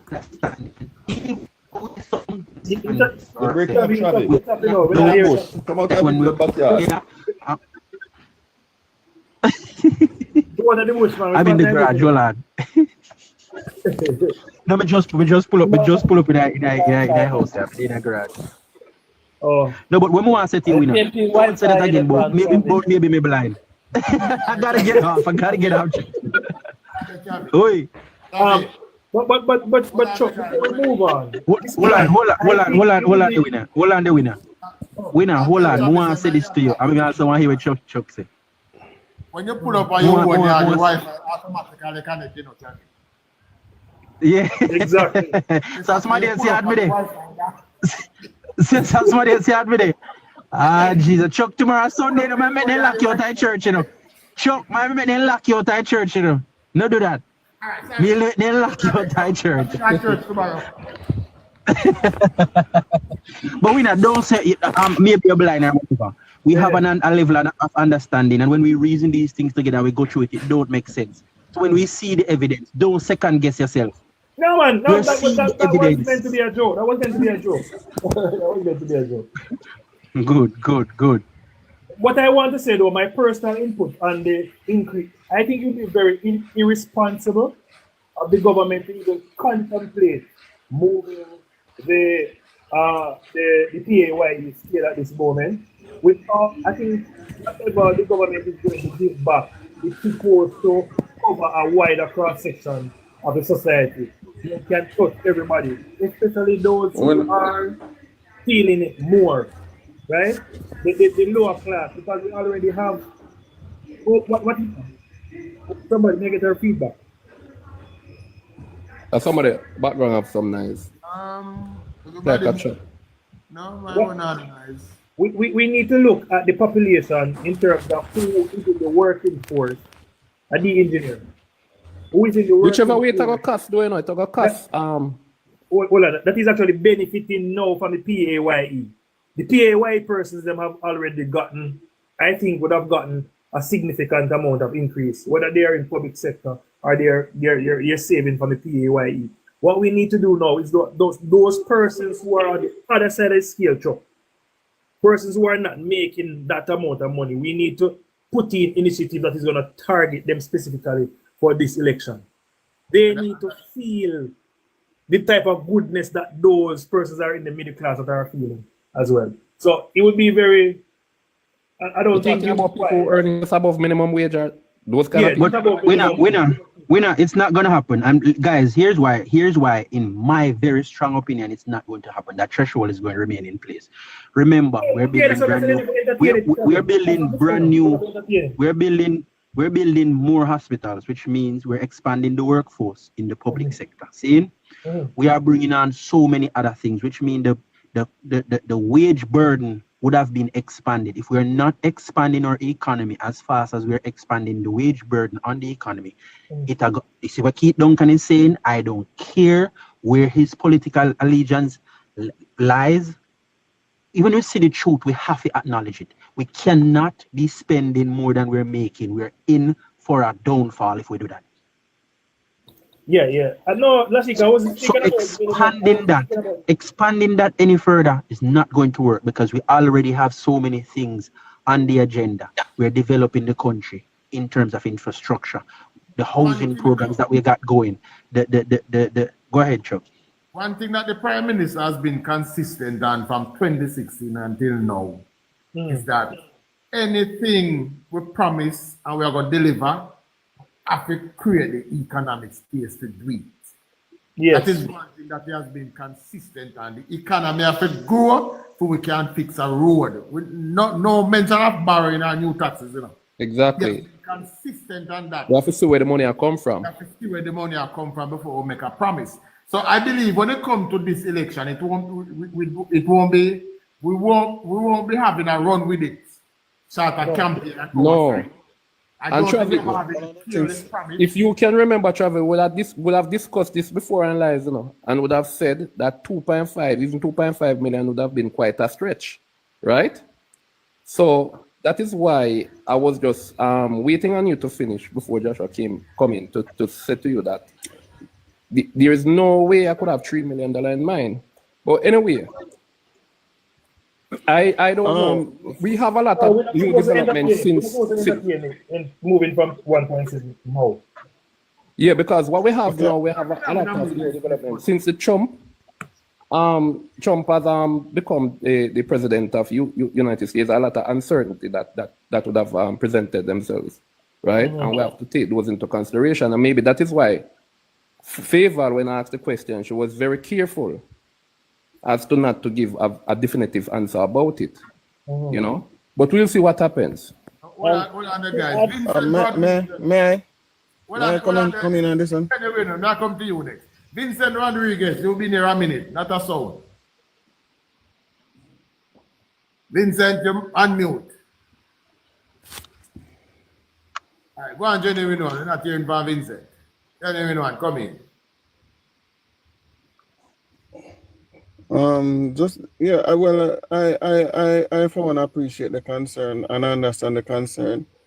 Well, one of the things this government has championed on is basically what has given us the real fiscal space to do a lot of these things is the debt to GDP reducing. So if the government reduces its debt, right, and is able to pay, I think the government will try a thing, because remember, it's politics, right? But if it is not able to find that fiscal space, the government will basically have to explain and educate the people.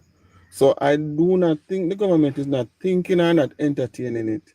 It is where the priorities lie based on the economic variables at the moment. Well said, great one. And that Right, is what I can make a point. The anticipation. I think the Prime Minister would have expected that, and it's something that they would be, you know, having talks about. But Hey Chuck, you need to mute. Fix something there. Something need to fix there. Is that the one that must be answered, Colin? No, man, I Churchill phone, man. Okay. But in my opinion, here this, guys. I'm just gonna share this. I believe at this point we should pause this threshold expansion for at least a year or two and invest in more economic buffers and focus more on growth of the economy. That's what our focus should be in this third term. Economic buffers, because we see how important and how clutch the economic buffers came in and how important they are. Right? Travis, yeah. Just to add to your point. Churchill, the engineer wants to something good right now. Give him a go. Sorry about that, guys. Chavi, you know, I agree with you. I think you're making an excellent point.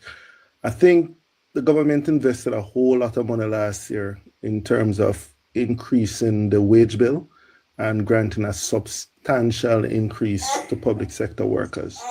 And we should stand behind that. We should be brave enough to stand behind the fact that we believe that our public sector workers are better off than they were back in 2015, substantially so, and that they are farther ahead of the cost of living.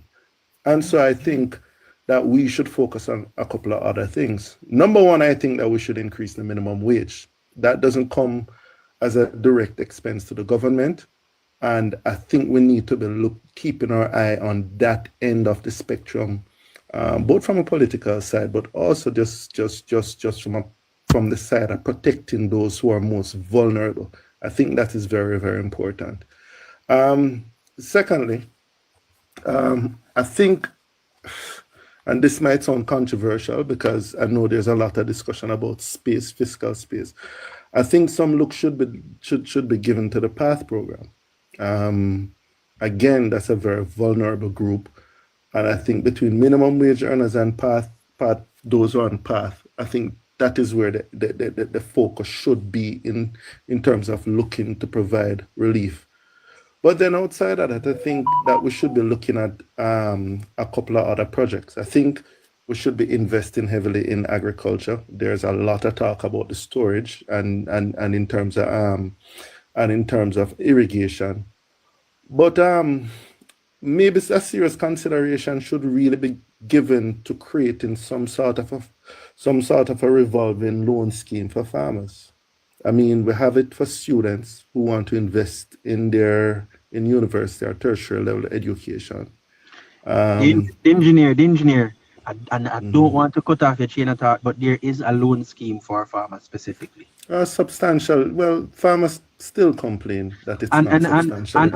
And there's also grants, because grants is not loan. they get the money and they use it for whatever. There's also grants that are available. But I do agree with you, because a part of my broader heading when I said focus on growth and economic buffers instead of that's what I meant. This is what I'm in line with. And I say this because I don't believe we should expand the threshold solely because we can. We have to be more innovative and more proactive instead of being reactive as a nation, and a country. And being proactive is making sure, in the case of any event, we are secured, as well as pressing forward with growth. And a big part of our growth plan should be farming, like you just mentioned. We have to produce more. We need to produce more. We should be farming just to make canned foods, not just to feed the nation, you know. We need to be farming to produce canned foods to export. I think because Jamaican food and Jamaican produce is loved worldwide. And Mr. Siaga back in the day had proposed a fruit processing, facility that is, a state-owned one. That's something a big one. And I believe that's something that we should revisit and look into. Mr. Chavi, you're taking away his time, so you're chopping him off. Right 19 o'clock. No, man, I listen to what Chavi's saying. Chavi, listen, the whole thing, if we have a scheme, I think government should expand it substantially to send a clear signal to the nation and to other entrepreneurs that agriculture is something that we're very focused about expanding. Not only that, I think the whole linkages in terms of the linkages with tourism, we need to deepen that. And there are ways in which we can deepen that in terms of maybe setting up companies which look to purchase from the farmers and having storage facilities in place and so that they can consistently supply to the hotels. But we need to have stronger linkages where we have our farming product, our farmers basically piggybacking on the growth that we're experiencing in tourism, because we're experiencing very, very strong growth in tourism, and we should be able to have agriculture piggyback on top of that. All right, so that's something that I definitely think that we should be signaling strongly. I know we have already spoken about the storage and the investment in irrigation. I think we need to signal some sort of revolving financing scheme or expanding that to farmers. I also think that the Prime Minister needs to scale his new housing social program. I think that has been an absolute success. We like what we see. We like the development. He needs to scale that beyond what it is right now and look to do a lot more where that is concerned. But we need to come up with a plan in terms of housing for tourism workers. I mean, tourism workers will tell you that what a lot of them experience in the industry, a lot of them will say it's tantamount to slavery. All right. And I live in Montego Bay. I have a lot of people who are in tourism who simply don't earn enough. And whether it is that we're going to shift the policy and ask some of the larger hotels to be required to put housing in place, substantial housing in place for their workers, or whether it is we're going to look to the TEF to have that invest heavily in producing housing for tourism workers. But I definitely think that is somewhere that we should go. And then finally, I think that we should look at a rural school bus system. I've heard it mentioned before, but I like where it was going, not necessarily in setting up a JUTC in rural Jamaica, but looking at setting up some sort of a system where funds are credited to a card that's given to school kids, and they have drivers who have a device that they can debit the funds from it. Just a couple months ago. The PM that is something. The engineer. The PM announced something like that, as well as having great. No, I think Vaz announced something like that. Right. I can't remember the PNP announcing that. No, for the PNP. PM. Oh, the PM. The PM. Yeah. But no, I think we need to put something concrete down. Not just say we're exploring it, but definitely put that forward. Now, as for the PNP, I personally don't expect them to show much of a plan, you know. I personally think that they're going to play it safe. I think that they have I think they believe that they have enough to coast to victory And I don't think they are going to put down too much in terms of a plan. But if they're going to put a plan down, I think we should pressure them to put something that will require them to give a large increase to the public sector and to Jamaican workers, because they say the cost of living is out of hand, and then ask them to show how they'll finance it. Because I don't see how you're going to finance that sort of thing. Now, those are my thoughts still. Their plan is tax, as you know. But I just want to mention to you, the engineer, the first point you mentioned is a controversial one. Which is a path? Minimum wage. Minimum wage. As that you know. can't be controversial, man. No, it is. Yes, as you know. How do you do that without? Hold on. Yeah, go ahead, Churchill. Yeah. As you know, minimum wage increase will get a lot of pushback from the business class. Because, as you know, minimum wage is not something arbitrary. You just decide you're going to make it there now. As you're going to increase minimum wage now, all layers of wages will go up over time. And it could have an adverse effect on employment. Employment is now down to 3.5%. And so this is a balance. It's a delicate balance, actually, that, you know, the economists, them have to do their work and come up with a frame or a margin where you don't want to raise minimum wage beyond, because, as I said, everybody knows this. As you raise minimum wage, it can have adverse impact on unemployment. The other point I want to Churchill, mention, let me stay on the minimum wage a bit. I don't think we have to make a substantial increase to minimum wage. The cost of living from 2015 till now has jumped by maybe no more than 70%. Minimum wage went up by 140%. So I don't think there is a lot of pressure to make a substantial increase to minimum wage. But I think we should give an increase to minimum wage. And in the context of giving that, and at the same time while we are giving that increase, we should present the data on where things were before and what they are today. Why would we leave that vacuum there? Why would we leave it there But for the somebody to try to take engineer, advantage of? you're stressing on minimum wage, the engineer, as if you're thinking that the payers of minimum wage are the holders of wealth, or the companies that are paying are making high figures.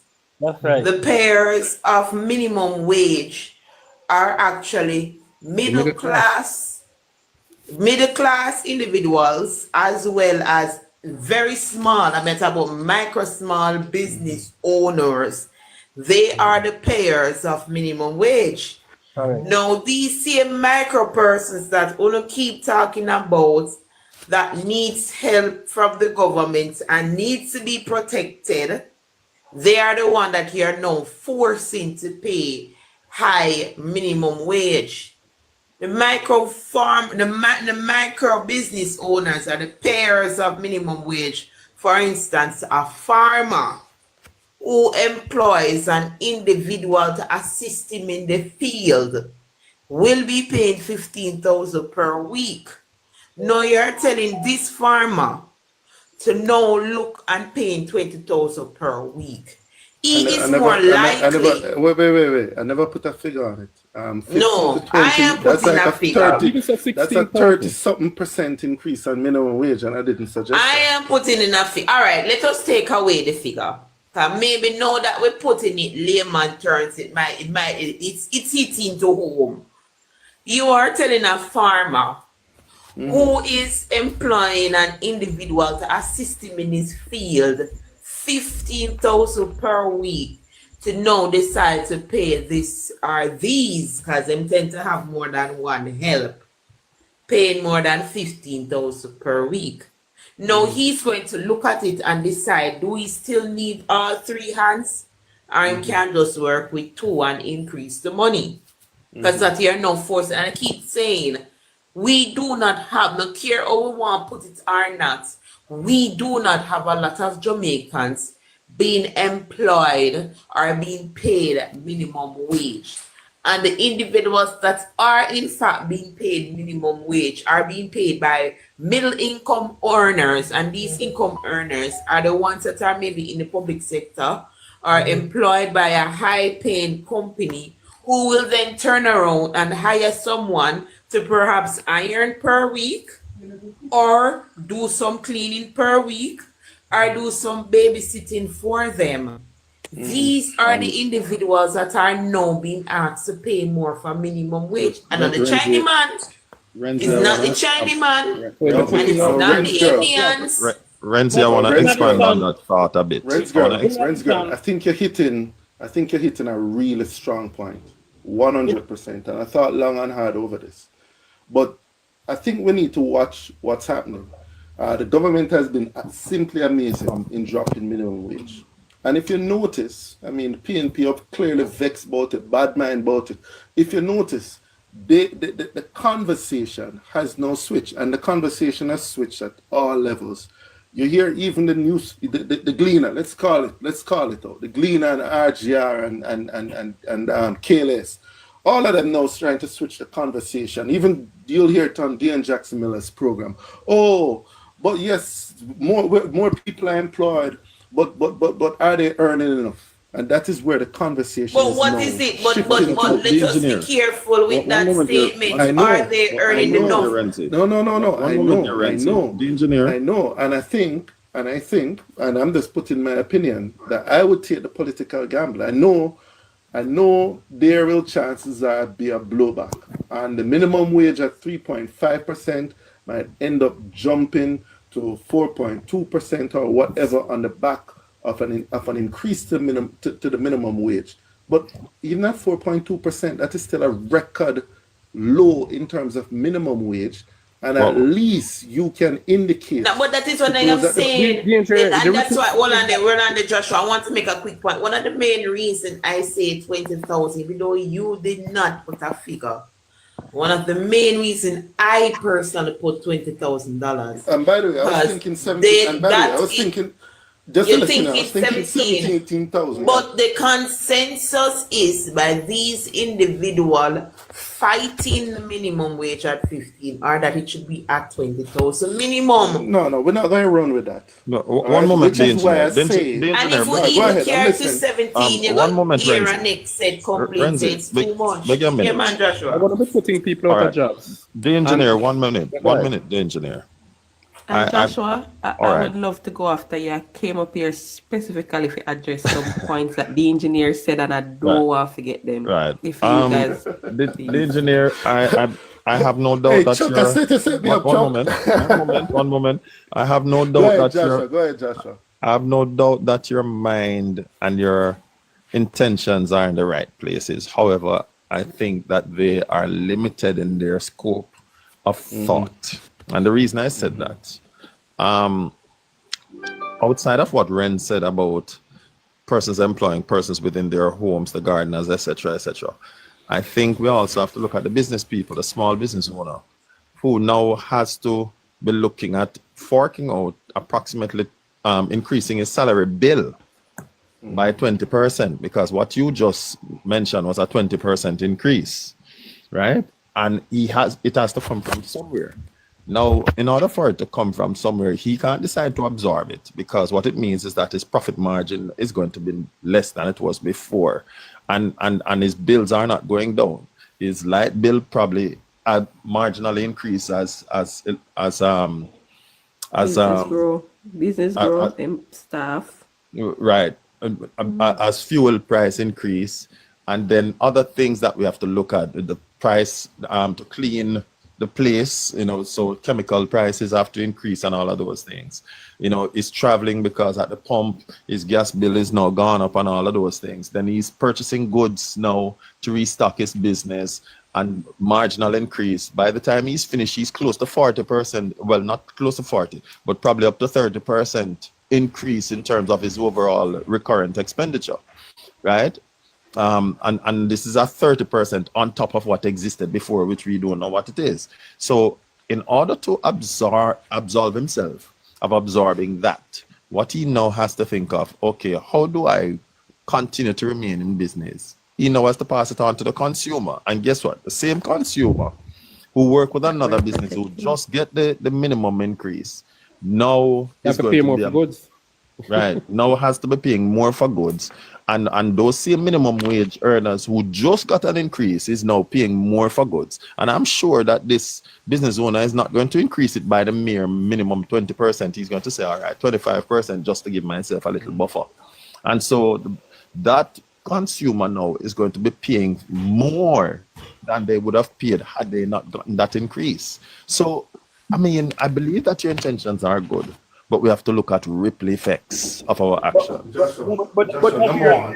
1 minute, 1 minute, 1 minute. 1 minute, guys. 1 minute, 1 minute. Let me say something to Joshua. Number one, what I suggested was a 13% increase in minimum wage, not a 20% increase as you suggested. Number two, I think it's a huge political mistake to not look at minimum wage. All right, so all the start that y'all going at, you're looking at a bunch of people who work in tourism who are paid at the minimum wage level. A lot of people. Tourism is at the second biggest. Tourism workers aren't at minimum wage. Tourism workers aren't at minimum wage. Renz, I'm gonna say it. Renz, 1 minute, guys. Renz, I never said all tourism workers work at minimum wage. I said there are a number of people who work at tourism who work at minimum wage, and that's a fact. That's an absolute There fact. is specific on who these verses are. I've never met one in that, and I think I have had the experience where I can speak on that. Tourism workers know. Wait 1 minute. I live in Montego Bay. I have a lot of friends. No, wait. I have a lot of friends working. They're not being truthful to you. They're not being truthful to you. No, me personally, Shika, I have done loan processes, which means me have a guard when it comes to hospitality. The engineer, guys, please, I understand what you're saying, but I'm going to tell you again. I'm going to say we can watch it play out. I think something has to be done at the lower end. The engineer, so, no. All right, so even if we relent on minimum wage, cool. We have to look at the PATH program. So let's say that I go with you and I say, okay, we're not going to touch minimum wage. The engineer, before you go there, so you made a number of points and I really want to get to them before everything run out of my brain. Sure. Before so you go, touch on. Hold on, Elashi. Before we move to part on anything else, the one thing I mentioned, and you guys still didn't consider that, and I say the upward pressure that raising the minimum wage would cause on different layers of salaries. Don't forget that. Because as soon as minimum wage cover that, Churchill, it should cover that and say can impact the other salaries and who the middle class, it would put pressure on the middle class. Every layer is gonna put pressure on as soon as it, so the impact would be very widespread. Okay, that's it. Go ahead, Lashi. Thank you. All right, thank you. So the engineer, you can probably turn on back your mic. I'm sorry, I didn't do it intentionally. So I heard you made a bunch of stuff and I hope I can remember everything that you said.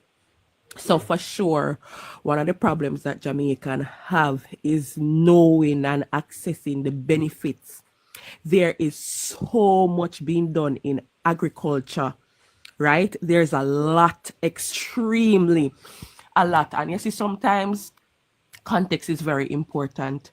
Jamaica don't have a marketing problem or a market problem. Jamaica have a production problem.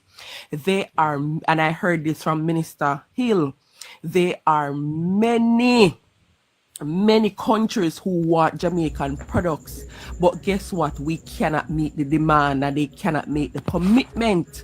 So we are producing below what is expected or what we can manage.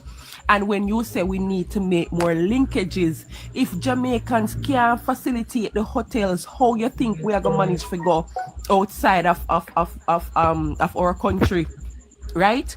We have the hotels here. There's this app named Alex that is used to connect farmers to the hotels, and we still cannot meet the demand of the hotels. So we Exactly. ourselves are putting ourselves in problems. We are the problem is not that it is not there. The problem is us.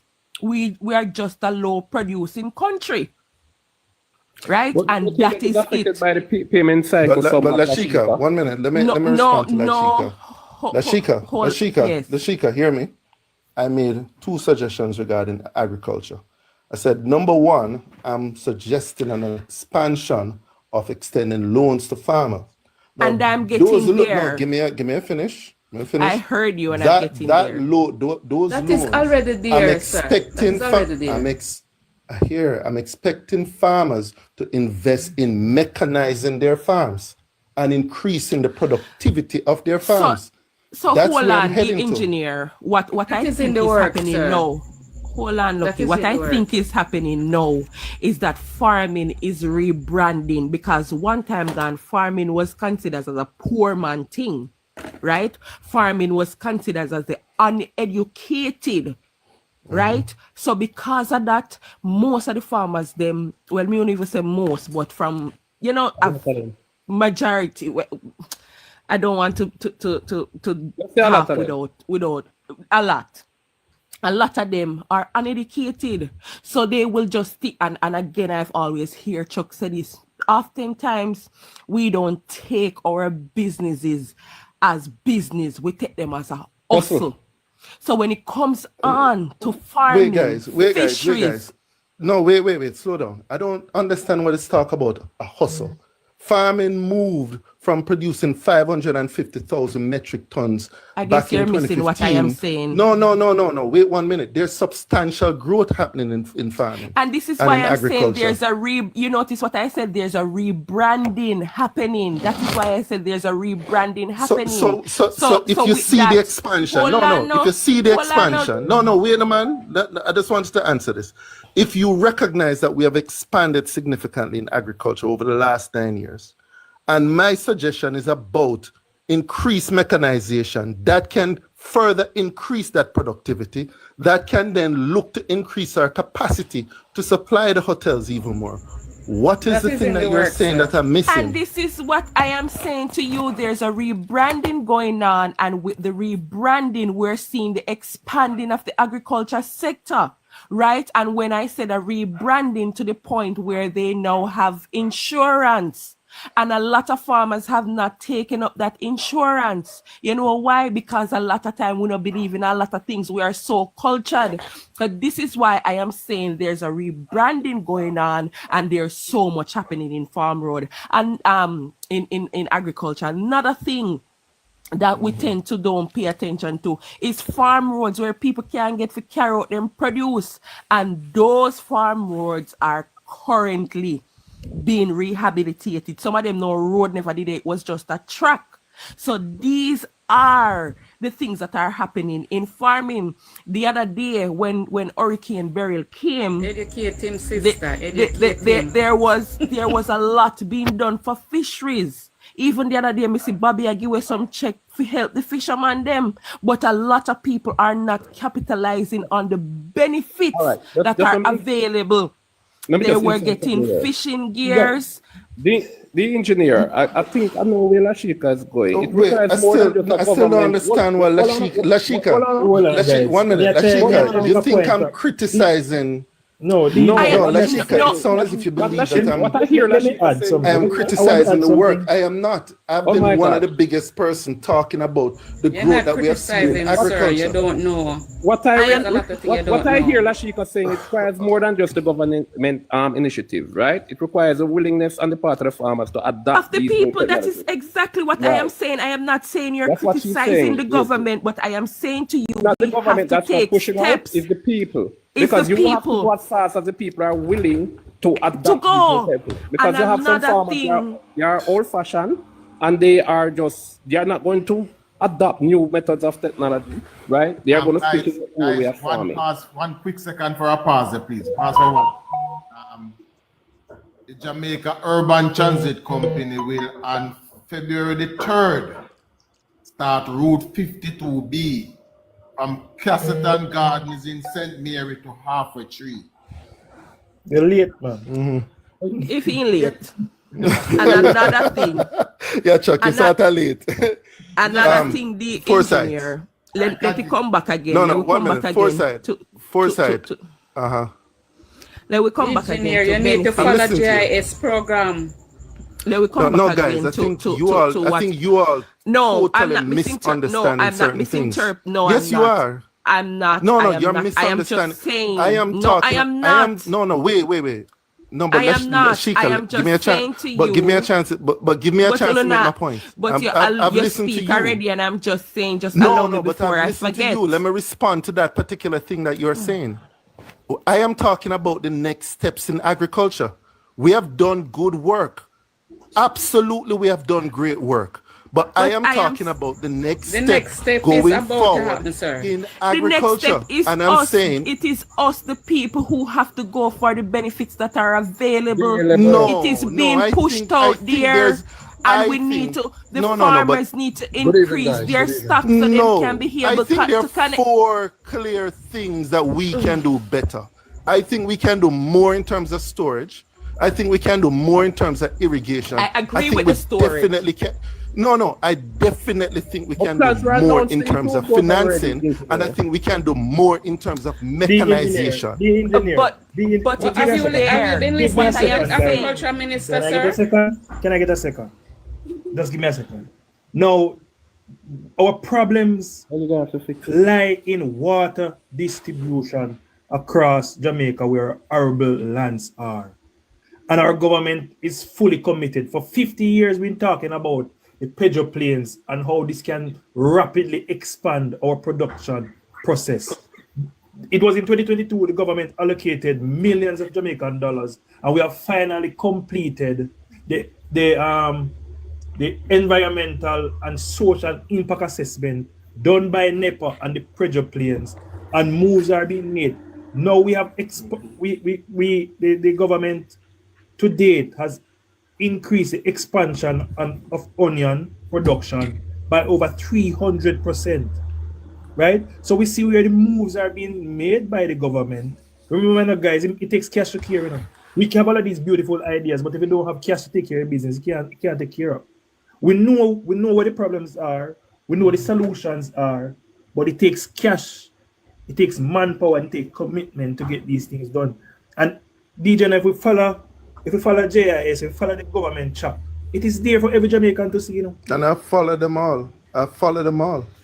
I know of everything that's happening. You telling me about the Pedro Plain project. I know about all the irrigation projects that they have. Some things that is already underway. The government. Good evening, people. No, I never said no because what you're talking about. Please. I have spoken specifically about a plan to increase mechanization in farms by increasing the loan program. That's what I've presented. I already know about the irrigation plan. I already know about the plan to expand storage. So, sir, you say it doesn't exist? Good evening, the guys. more you're asking for, the engineer is already happening. The more that you're asking for is already happening. The more in terms of trying to say to him. Hold on, protecting JA, I was just trying to knock out some points that he made, so just allow me to finish, please. Me and him just have a little back and forth protecting Jay. Me and him just have a little back and forth discussion. Go on, please. I listen. So as Foresight is saying, and this is the point I'm getting at, the more you're asking for is already happening, but at the same time, we as a nation, we have to tap into it. We have to grab these things. It's not going to come to us, and this is our problem as the budget? Well. What's the budget? What's the budget in terms of the loan being offered to farmers now? I am not sure what's the budget for that. I am not sure, but I have seen where extensive things are being done. Well, funding is being done. So another point that I wanted to make. And it comes back around to knowing what is available to us. When it comes on to part is under review, right? So we can't say that it is insufficient because it is under review. So when the review is done and they say, okay, this is what we're going to do and how we're going to do it, then I think we can come back and criticize it. But for now, I think we should allow the process to come through. One thing that I Really, learned the Lashika? other day. No, Yes, no, one slow thing. down. The review on path, I think, should be looking at expanding the number of people who qualify for path. But there is a comprehensive But review that's not being what I'm done, and talking that's about. what No, I I'm said. talking about no. But what I'm talking about now, before that my review, God. in terms of looking how to expand path and the number of people who are on path, I'm saying those who are presently on path, we should be looking at giving them an increase. But That's what I'm I am saying. saying. There's Plain a and simple. comprehensive review. No, and I don't think I so. We said should there's a waste comprehensive budget. No, I don't think we review should. done. Why would we? What Why would we comprehensive waste a mean? budget cycle? Off path, not be dependent on path, sir. The engineer. What a comprehensive means, Wait, engineer? What We're did going to somebody say look about at coming? how No, wait people. 1 minute. Thank you. No, wait 1 Thank you. minute. Did somebody Bucky. say something about coming off path? The engineer, beg your minute. Yeah. Just one sentence. Let me just say this, just Joshua, one and then I would done. All right. So after you're finished, one Yeah. sentence and I'm out. Yeah. So as I was saying again, we are lacking the knowledge when it comes on to the resources that are available to the government. And there's this thing that I learned the other day that communities can actually go to the what the office name, NIS office, and they could say, okay, I need a grant. Them can tell you can say, okay, I have a vehicle, and you can get a grant to take children that are on path to school. You can pick them up every morning, carry them go to school, and the government pays you to do that, gives you a grant. I learned this from the Minister of Education, right? So as I said before, we don't know what is available to us, and that is a big hindrance to the growth of Jamaica. I'm in land right there, so. All But right. Lashika, this is a group where we're One moment, the discussing engineer. our The engineer, plans, beg your minute. what we would like. The Sure. engineer. Go ahead, Joshua. All right. So I heard you mention something, and I heard Lashika gave you a response. Actually, two things, because the other one I didn't remember. The other one was about farming. When a review is being done on any offerings by the government, it looks at, if it says comprehensive, what it means is that it looks at all possibilities. Can we increase the offerings from government to those who are benefiting or the beneficiary? Can we augment what is there? So it may not be cash, but are there programs that they can be a part of? Can we ensure that even the social housing program, and I'm just beating the ear now, can we ensure that the social housing program, a certain amount is allocated or set aside for path beneficiaries? And I'm just, as I said, the government didn't say this to me. So when it says comprehensive, even the point that you're putting forward to say the amount should be increased, I think the scripture puts it this way. It says, no man decides to build a house without first sitting down and counting the costs. Lest after he began, he's unable to complete it and his friends laugh at him. That's what the scripture says in Matthew, right? And so before we can talk about an increase, we have to look at all the variables and ask ourselves, can we afford to grant the increase, right? And if we can... But Joshua, Joshua, right now you're talking Spanish. I do not understand what you're talking about. You're telling me that before you look at having a discussion with existing path beneficiaries about look at giving them something more, you want to conduct a review to see whether or not, man, you want to add some more people, and when you add some more people, you won't be able to give them any more money. And that's really what you're saying right here? No, sir. You are missing. Well, I'm being very plain. I think we should look at increasing path benefits. The engineer, let us quote the scripture again. It says, no man decides to build a house. After he began to do it, he's unable to complete it. And then when he's unable to do it, so his friends laugh at him. Now, the point that I'm trying to make, Joshua, do you believe the government should spend some additional cash in this upcoming? No. I think we need to get to the nitty-gritty. Do you believe the government should spend any additional funds? And if you do, what are the areas you believe they should spend it in? Let me finish, please. I am saying to you, and I'm saying to all who are listening, including the comrades who are going to pick up your point and run with it, right? That I am not saying that people should not be considered for increase, but I'm saying before we go there and we start giving the increase and it derails the economic programs that we have, right? I'm not talking about adding anyone yet. I'm talking about the existing personnel who are there. Before we consider giving them an increase, we have to look at all the variables. They are not the only one who the government has to spend on. They are not the only one who forms part of the recurrent expenditures that the government has to consider every month, right? And so all of that must be taken into consideration before we promise some people something and don't, like the PNP, make promises that we can't fulfill. We must first look at it and ask ourselves, can we afford to? And having done that, you know, if we can, then we grant the increase, and then other matters then can be tacked on afterwards. We can broaden the net afterwards and say, okay, other persons can be added. Now, you mentioned about the agricultural. No, wait, Joshua, you're saying that to say that we didn't make those considerations. At the very top of the conversation, the first thing I said is, I agree with Chavi. I don't think that we can afford to push the tax threshold up to 2.1 or 2.5 or wherever some people are suggesting it. I said the government has invested significantly in terms of public sector wages. They have been granted a substantial increase, and I think we should stand on that and look to invest elsewhere. So I'm not suggesting an increase in every single area. Sorry? The engineer, do you realize that this is the largest payout of PATH benefits to the beneficiaries that Jamaica has ever seen? All right.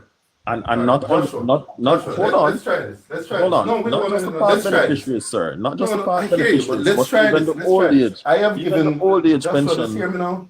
Joshua, does hear my question now? I have given my suggestion about where I would not spend money, and I have indicated where I would spend money, which to me shows that I'm balancing the thing out. You tell me where you would spend money and where you would not spend money. That's not for me to say, sir. The government has to look at its level of affordability in terms of This is a fruitless conversation then. Right? I am saying that we cannot engineer. grant promises and guys, don't know how we're going to fund them. Hold on, Travi, hold on, Travi. Protecting Jay wanted to come in for a long time. Good evening, the engineer. What you do? Yeah, man, I'm good. If they hear protecting Jay, say, oh, you do, you know where you go. By the way, I hear the comrade them cussing out the engineer the other day and said, boy, him is a wicked man because when him come up there, no matter how them can him not jump off. I believe the engineer is trying to have this discussion in a meaningful way. I don't want to think that the discussion is so much an antagonistical one. No. Because as I listen, no, and that's the thing when you come over on this side, you know, you're gonna hear people with like Lashika and Renz and Joshua and myself with strong opinion, and we're going to debate vigorously. But at the end of the day, we're all looking for the growth of the country and the development of the country, and we are able to have those sort of discussions here. Yes, we have to, and that sounds good. You know, but nestled in the crux of the whole matter, because you are not sounding too way off from any other concerned Jamaican.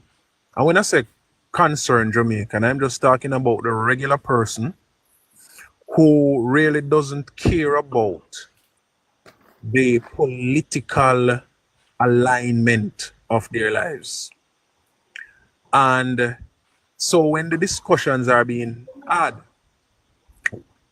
the consideration right throughout should always remember and should always highlight the progress that the government is making along the way. I joined, well, I have this thing open for the past 2 hours, but I've been in and out. So I really hear a substantial part of the conversation when the discussion about improvements in technology in agriculture were being had. And as Lashika was saying, there are programs happening, but again, just as the JLP have been falling by the wayside every time they are in power, this thing look like it can't make it way up on TV and radio. I don't know what happened to them. You know why. And then we have a situation in Jamaica now. We have a situation in Jamaica now where though it is improving, it really seemed to be going backways or backwards for a better word. And for many people, especially those I say who really don't pay such close attention to the currency of affairs, but as something happen that affect them directly, them shoot off, then those are the people who usually have the gravest of concerns. Now look at it this way. In the past 10 years, about 10 years, the last survey that was done found that of the 250, I think the last number I heard, I'm not sure about the number now, but 200 and something thousand farmers in Jamaica. To a large extent, the old, uneducated men who, when me I grew up a country, we used to see them with the hooky machete under their arm and go bush. They are the minority now in farming. There is a growing number of young people joining this profession, them going to the fields. But also, there is a growing number of multimillionaire and billionaires joining the skip because farming is profitable. Now, yes, the government has programs. Just Friday yesterday, I saw Floyd Green in St. Elizabeth handing out some of them big roller irrigation thing that can stretch for miles somewhere in St. Elizabeth, about 8 of them. I saw him handing over. They are doing more and more greenhouse. Greenhouses are popping up all over the country, and the government has, I think there's some grant at the JS or somewhere there that farmers can go apply for, and they will be assisted with even material to set up the greenhouses. But to a larger extent, the private people who come in at the farming, just Thursday, I saw a greenhouse in Portland, Anne-Marie Vaz and Floyd Green visited this one somewhere in East Portland, where they're planting some catch crops. So the technology is being infused, but as Lashika was saying, there is still a large number of the people who we have in the farming who really don't understand the technology yet. Can you imagine you approach me, who used to make hooky machete, and a fork, and I tell me if I set up greenhouse, and me turn to you and say to you, say, my house no green, brother, it pink. What I tell you, say? We are green too. Me a comrade. You're out of order. Me not understand, right? So me not understand nothing what you say. So another program that I heard Fly Green with last year, I think he started sometime early last year. He was traveling throughout the farming belts of the country, the different parishes with the farming areas. And he was doing small gatherings with these farmers and doing some little workshop. There's a training, I think, that RADA is now doing where they go out into the field and they're meeting up with the farmers in different belts, different areas. And they are sensitizing them in regards to the weather changes and how they can infuse, especially drip irrigation, because there are still some people think say if you not turn on the hose and throw 1 gallon of water per 1 yamil, you're not a farm. You know? And so there are small things happening, but because of the different structural deficiencies that exist among the people, as Lashika was saying, because again, there are funding and the technology is being introduced to the space. But the people who don't understand how to use the technology yet, the people who don't, some of them will never even ask what are available. I know rather have tractors and trucks. Tractor to help your farm. If you can't dig up your field no more, or if you have more than a half acre where you want to plant. And rather have trucks to help you come take out your produce out of the field when time you're ready for reap. Onion production grew by about 400% since 2023 and continued to grow into last year. There was some impact of the hurricane and the rains that came after last year. So again, among the considerations that we should have, Jamaica is still a tropical country, and with climate changing at the speed that it is, we have to still consider that even if you put up greenhouse, as we saw in the hurricane, everybody greenhouse blow away. But the technology is being introduced to the farming. And we see it. Production is being improved, but it not happen fast enough. But is it happening any at all? Of course. It might be going at a snail's pace, but it is in fact happening. Now, I am not satisfied with a whole heap of things. Me here want to mention part. Part was increased by 28% in 2023. 28%. $10 billion, I think, was added to PATH. The number of people who are on PATH was also increased by somewhere in the region of about 15%. The money still too little drop, but I heard somebody who sound like a preacher draw a scripture just now that if you are plan to spend $1 million and you know yet plan how to earn it, you're going to have a problem because you might end up having rob one of them bring struck there. You have to plan how the money is going to come first and how you can sustain that amount of money, and then you can spend it. There is a revision going on of PATH now, how to make it more sustainable, because you have a lot of people who depend on PATH who don't want to come off. I mean, around them are free money. You know, I not think the government should offer nobody free money for life. There has to be a graduating process. But until them done sort out that, I believe that this budget coming up, they will do another increase of the amount paid out to people and of the amount of people that will be added to it. But I have a question. Mm-hmm. Make a point and finish complete your point. But yeah, me about like agriculture. so. But overall, there are small things happening. Remember, you know, agriculture for the last about 35 years had been what they call it, disinvested. That's how you go. There was a disinvestment in agriculture for the past 35 years.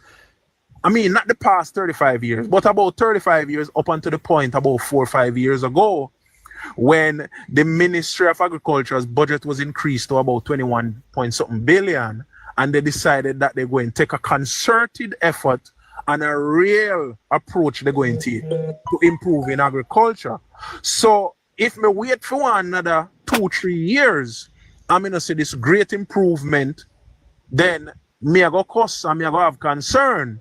But as of now, with major irrigation projects, about $300 million worth of investment in the Pedro Plains and in Mandeville and over in St. Anne and in St. Mary, when them become on stream, we should see some increase in agriculture. But it's going to take time because, I mean, just like everything else, PMP na invest in nothing in a country. So when JLP come in, you have to start from scratch with the investments.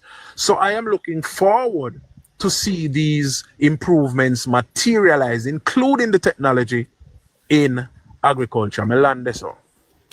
I want to ask, you see, how many people know Aki farmers? Just say me or not me. People who plant Aki tree and say, oh, Aki me a farm. How many of us know any of those people? I knew 2 in the 90s. Me don't know none now. All right, no, Joshua, Lucky, Travi, Forsyth. Do you guys know anybody who farm Aki?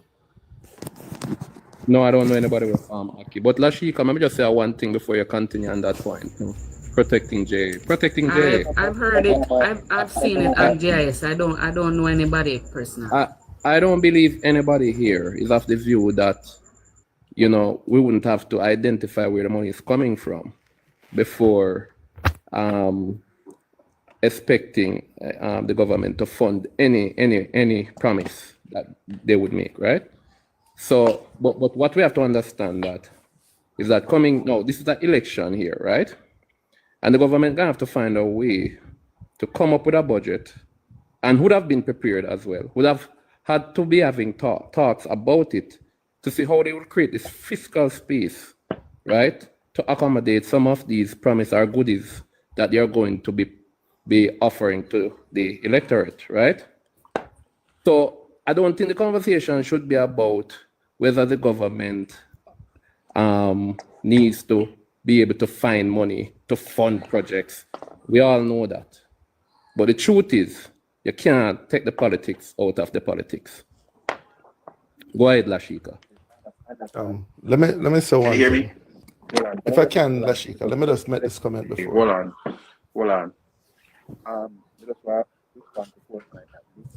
You sound far, sir, like it up on some other rooftop. Me that try to use earpods and so let me say this. As usual, me could have tell. You have to go buy me a new pair. Sir. I'm saying, this year's budget wouldn't start plan now or this year or in the last year. Before you get this, me just want to say this. Please. Me just want to say this. Why I asked the question, you see? About the Aki farmers. I don't know any, by the way.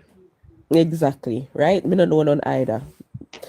The minister, been ill, and he said Jamaica, he said he engaged Costco, and Costco told him they need 500,000 can of Aki every single week. Are we in that position, guys? This is why I said we are having a production problem, not a producing problem, not a market problem. That's true.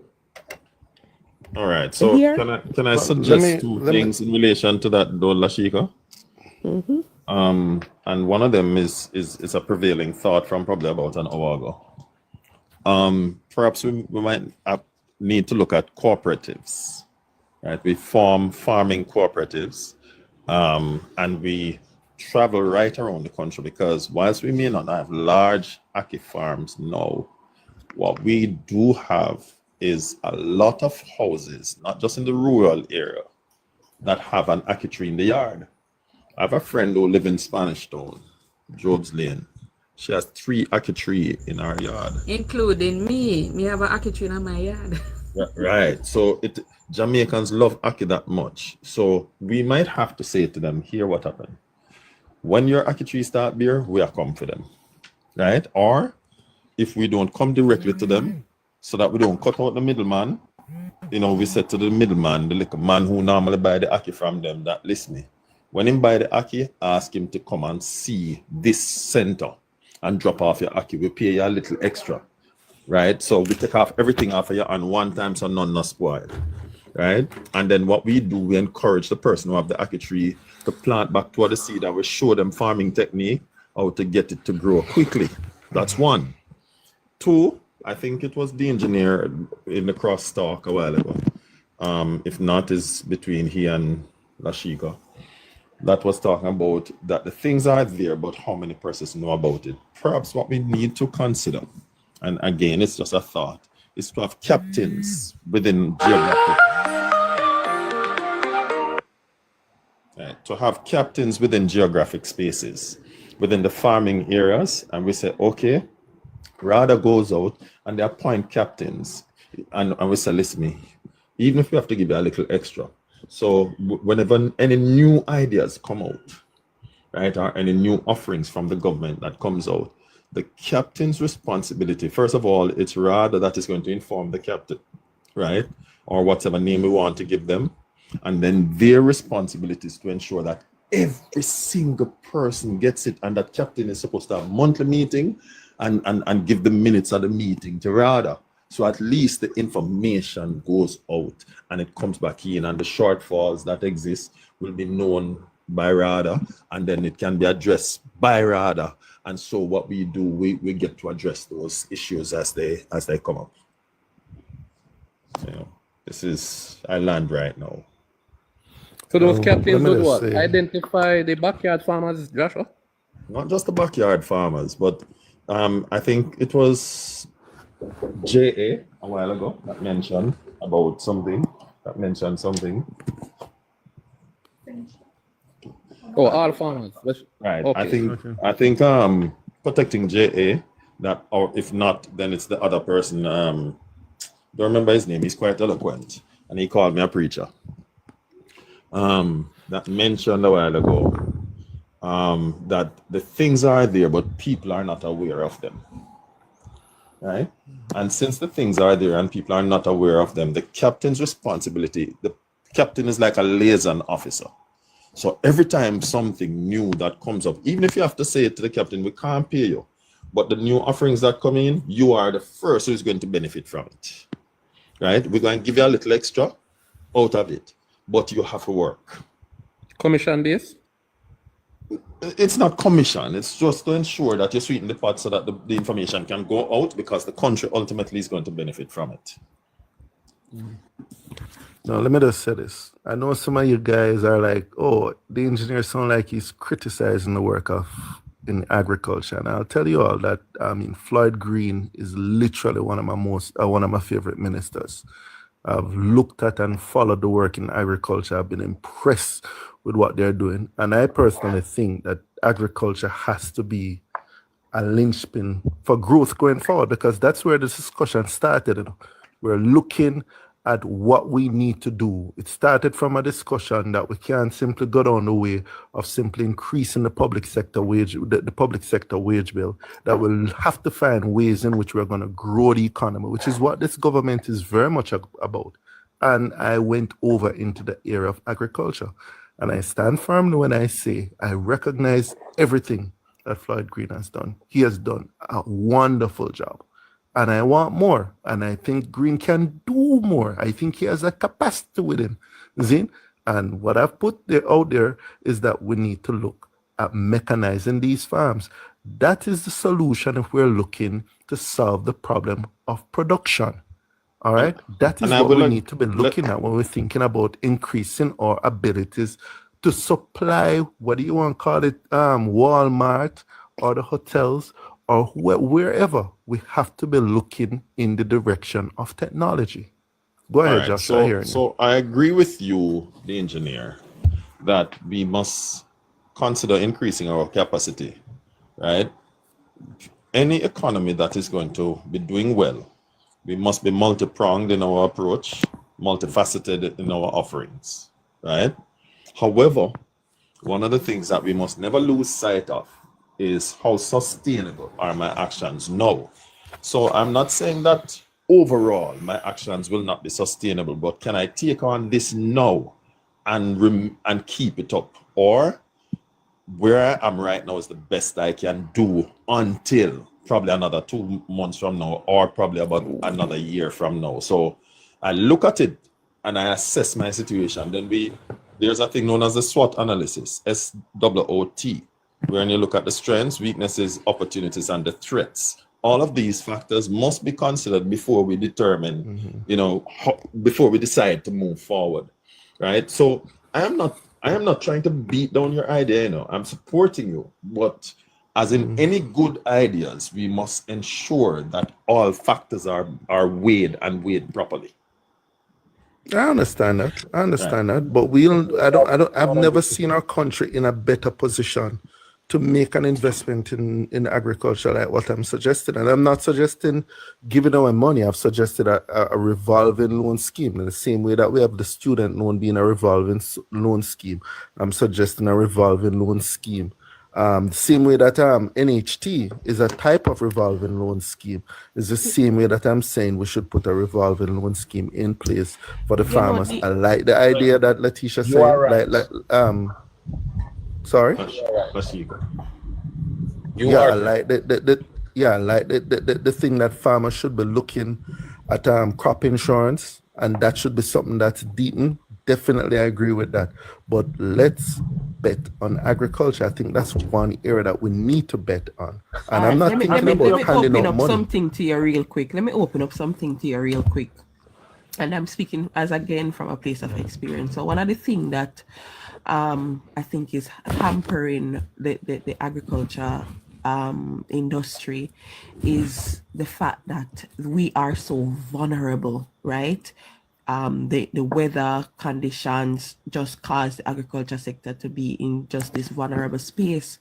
So the financial institution always back away, right, from taking on those risks because those are considered as very, very high risk loans loans, right? So but now that the insurance is in place, I think it can stand as a security now, right?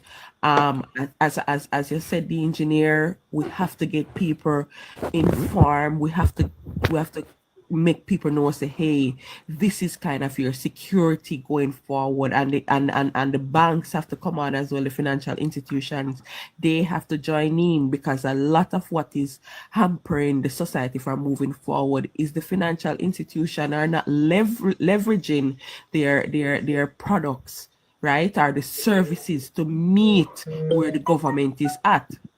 One of it that we can look at is the interest rate, where them now move the interest rate, right? Now here the government I say, hey, or the Bank of Jamaica say, hey, interest rate is going down, interest rate is going down. People still now see the changes in their mortgage, them car loans, or even them personal loans. So those are also stumbling blocks in the society. Yes, them did they say them a help, but from where I sat previously, no, farming is a high risk according to Jamaica financial sector. And as you said earlier, you know, Lashika, because you see, let me tell you something. You see, as a Jamaican, I worry for Jamaica. And I did not know that at a time like this, when Jamaica is really doing well, within short order, I believe that Jamaica will be classified a second world country, if that is a designation. Developing nation, not second world. Okay, developing nation. I don't know if that was... Or developing state. Right. Now, I am worried. You know why I'm worried? The macro and a few micro and other indicators are trending in the right way. But you know what?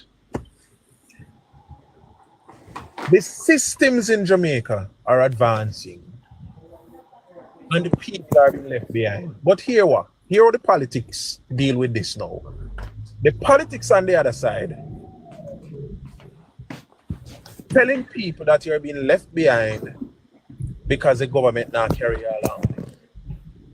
When in fact, people are being left behind because they do not know how to deal with this new Jamaica. And one of the biggest impediments in that is the uneducation, the non-education, or the under-education of our people. Because, I mean, when I say education, you don't need to be a lawyer and doctor. You don't need to be an engineer or a teacher. You just need to be able to read and write and comprehend what you read. Grade 11 education, at least. People are not many people are willing to grow with the changes, brother. Right? A matter of fact, again, the willingness will not come because you do not appreciate what it means to go. And the lack of education caused that too. Because a lot of people are not in tune with the reality. And they have been suffering for so long that it becomes the norm for them, right? Some of them are not willing to accept that things can be better. Because right? they are not. May you expose, you know. May you expose, you know. And one of the things I want to tell you to protect in jail before you come on for the farming thing, because Joshua earlier touched on something about cooperatives, and I think he was going to describe it in a different way, right? Because I once flirted with that idea of cooperatives, but in the sense that you would engage private investors, right, to invest in farming, because you have a lot of persons who would invest in farming, but they just don't want to really till the soil.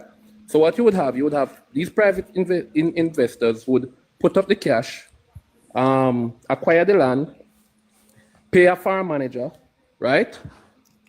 Put the different amenities in place, like the surveillance camera and all of that, and you have farmers and you hire them, right? They would be trained farmers because you have heart now and that are training people. So that could be a source of employment for them, right? When the crop reaches mature stage, then you export or you do whatever, and you have already a market that is ready to buy the crop. And then part proceeds go back to the farm to do it again and again and to help to pay the expenses of running the farm, right? That is something that I think would work and it doesn't have to be a government initiative. It could be a group of people just coming together to do that. Because sometimes people are busy doing other jobs and farming is risky. You could also insure the crop, right? And it would be, what you say now, the risk and the profits and losses will be divided among a number of people rather than leaving it up to one person to take on all that risk. That is something I think we could look at, and I think that would help to kind of drive the farming industry. I don't know. You could do things bigger and better collectively than you would do individually. I don't know how many of you familiar with Farm Up Jamaica. Farm Up Jamaica is a privately owned company by a gentleman who lives in the United States. And that you just explained is what he's doing. But look at it this way. Earlier, the engineer posited something concerning having captains, and then the captains would be informed by a radar, and then the captains would make those in the region know what are the available. Joshua, that was Joshua's idea. Right, available help. Now, again, because of the lack of education of people, Jamaica experienced something that I don't believe any other country experience it. Crab in a barrel is not just that you're born bad man, you know. Crab in a barrel is because you know understand the impact of everybody coming together. For example, if Mr. Azan sell sheet and him supply now come till next month, but him always look forward to 100 or 200 customer. You think him now go to Mr. Azar? Go say, listen me, lend me 200 king sheet till my supply come. This is how business community run. But the little man who no understand jack about business, him have been yam them over there, so. And if rather tell him say we're gonna need 10 ton of yam, him not understand what that mean. Him not tell nobody. And him don't even have 1 ton. And so the next 15 farmer in the region don't know who could probably make it up to 7 ton. And then you're going to one different region, go find one other 3 ton. Nobody don't know, because the one man who did here, keep it to himself, and want to make sure it's a fee 200 pound or fee 50 pound come out. And him not understand how this thing work. No, again, we cannot get them to that level of understanding what is now if them not have the foundation of basic understanding. And that is one of the biggest problems. No, farming is not growing now, you know, because the old man them catch a vision, you know, all of a sudden they can awakening, you know. Exactly. Farming is doing better because educated people are going into farming. New entrance, brother. Thank you. That is why farming is doing better. So the education of people is important right across the spectrum. There are people in Jamaica now, as we talk about part, who still believe say, them to go have 5 people and government to mind them. I cannot forget a disturbing phone call I heard when Bruce used to have Jamaica House Live. Who remember the program where Bruce used to have every Tuesday night? And this girlfriend down a Waterhouse, down a Jerusalem call. The government now help me, and me have picnic them. And Bruce said, how much kids you have? 5. And me I say, right, it's a Bruce breed you. I say, you beg me help. And this is what we have to deal with in Jamaica. And what is happening now? The systems in Jamaica are really, in fact, leaving the people behind. Because the people, one, didn't see the importance of investing in themselves. But 2, That should have been realized by any government about 20 years ago and realize that the future is going to be different. So let us make a concerted effort to go find the people them and educate them. Case in point. I want to run in. Just let me learn right here, so me share personal experience. My father told me, I said to him when I realized he couldn't read, and I was approaching my 20s when I realized he couldn't read. But my father could have signed him name. Him learned to sign him name, but him couldn't read. And he confidently shared with me that, listen me, why you think I work so hard? You go to school. My father used to tear the uniform off of me when my mother got us ready to go to school. Him say a whole heap of man and him have to hide under a mother long skirt. To pass where his father left out early to go a grung, right at the roadside in grung too. And if him see them a go to school, he run them down and tear off the uniform. His sister had to leave the home and go live with her auntie in order to learn to read and write. And my father said at a point, my grandmother could not manage it anymore because every week when she got me a pen market, she used to have to buy one brand new uniform until she couldn't bother anymore. Because his father, who was a farmer, did not believe in education, going to school, because he's coming from way back on the colonial government, and he knows the colonial government set up school. He hate the British them. Them tell them don't go. We are dealing with a lot of that in Jamaica today, and unless the minds of the people transform, then the rest of systems and the rest of different areas in the society where we are looking to transform will never transform. Our minds need to be renewed first. And if the people mind can't renew, then they won't be able to see the new Jamaica, because it takes a renewed mind to see newness. So tap into the new Jamaica. And that is what Lashika was saying earlier. So it's on the willingness of many of these farmers, right, to take advantage of the new opportunities. That's exactly what she was saying, you know. And I agree totally. Because there are a lot of things happening, but people just either don't believe it, they're not interested. When you go to the average farmer now, some of these old farmers and say, look here, you know, say, there's potential for growth, and you can sell so much. A lot of them them can't bother. It's like a stress you put them under. It's simple. They want to do it little, just the same. They don't want to. Trust me, they are thinking about the same antidote that they have been doing for years. That's it.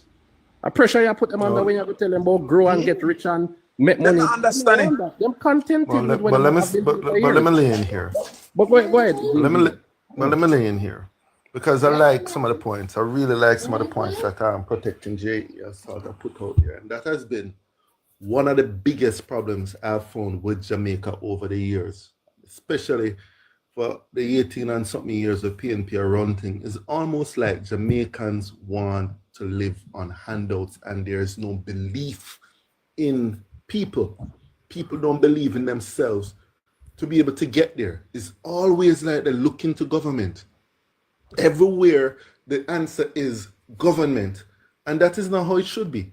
No, government plays an important role. Government plays an important role where leadership is concerned.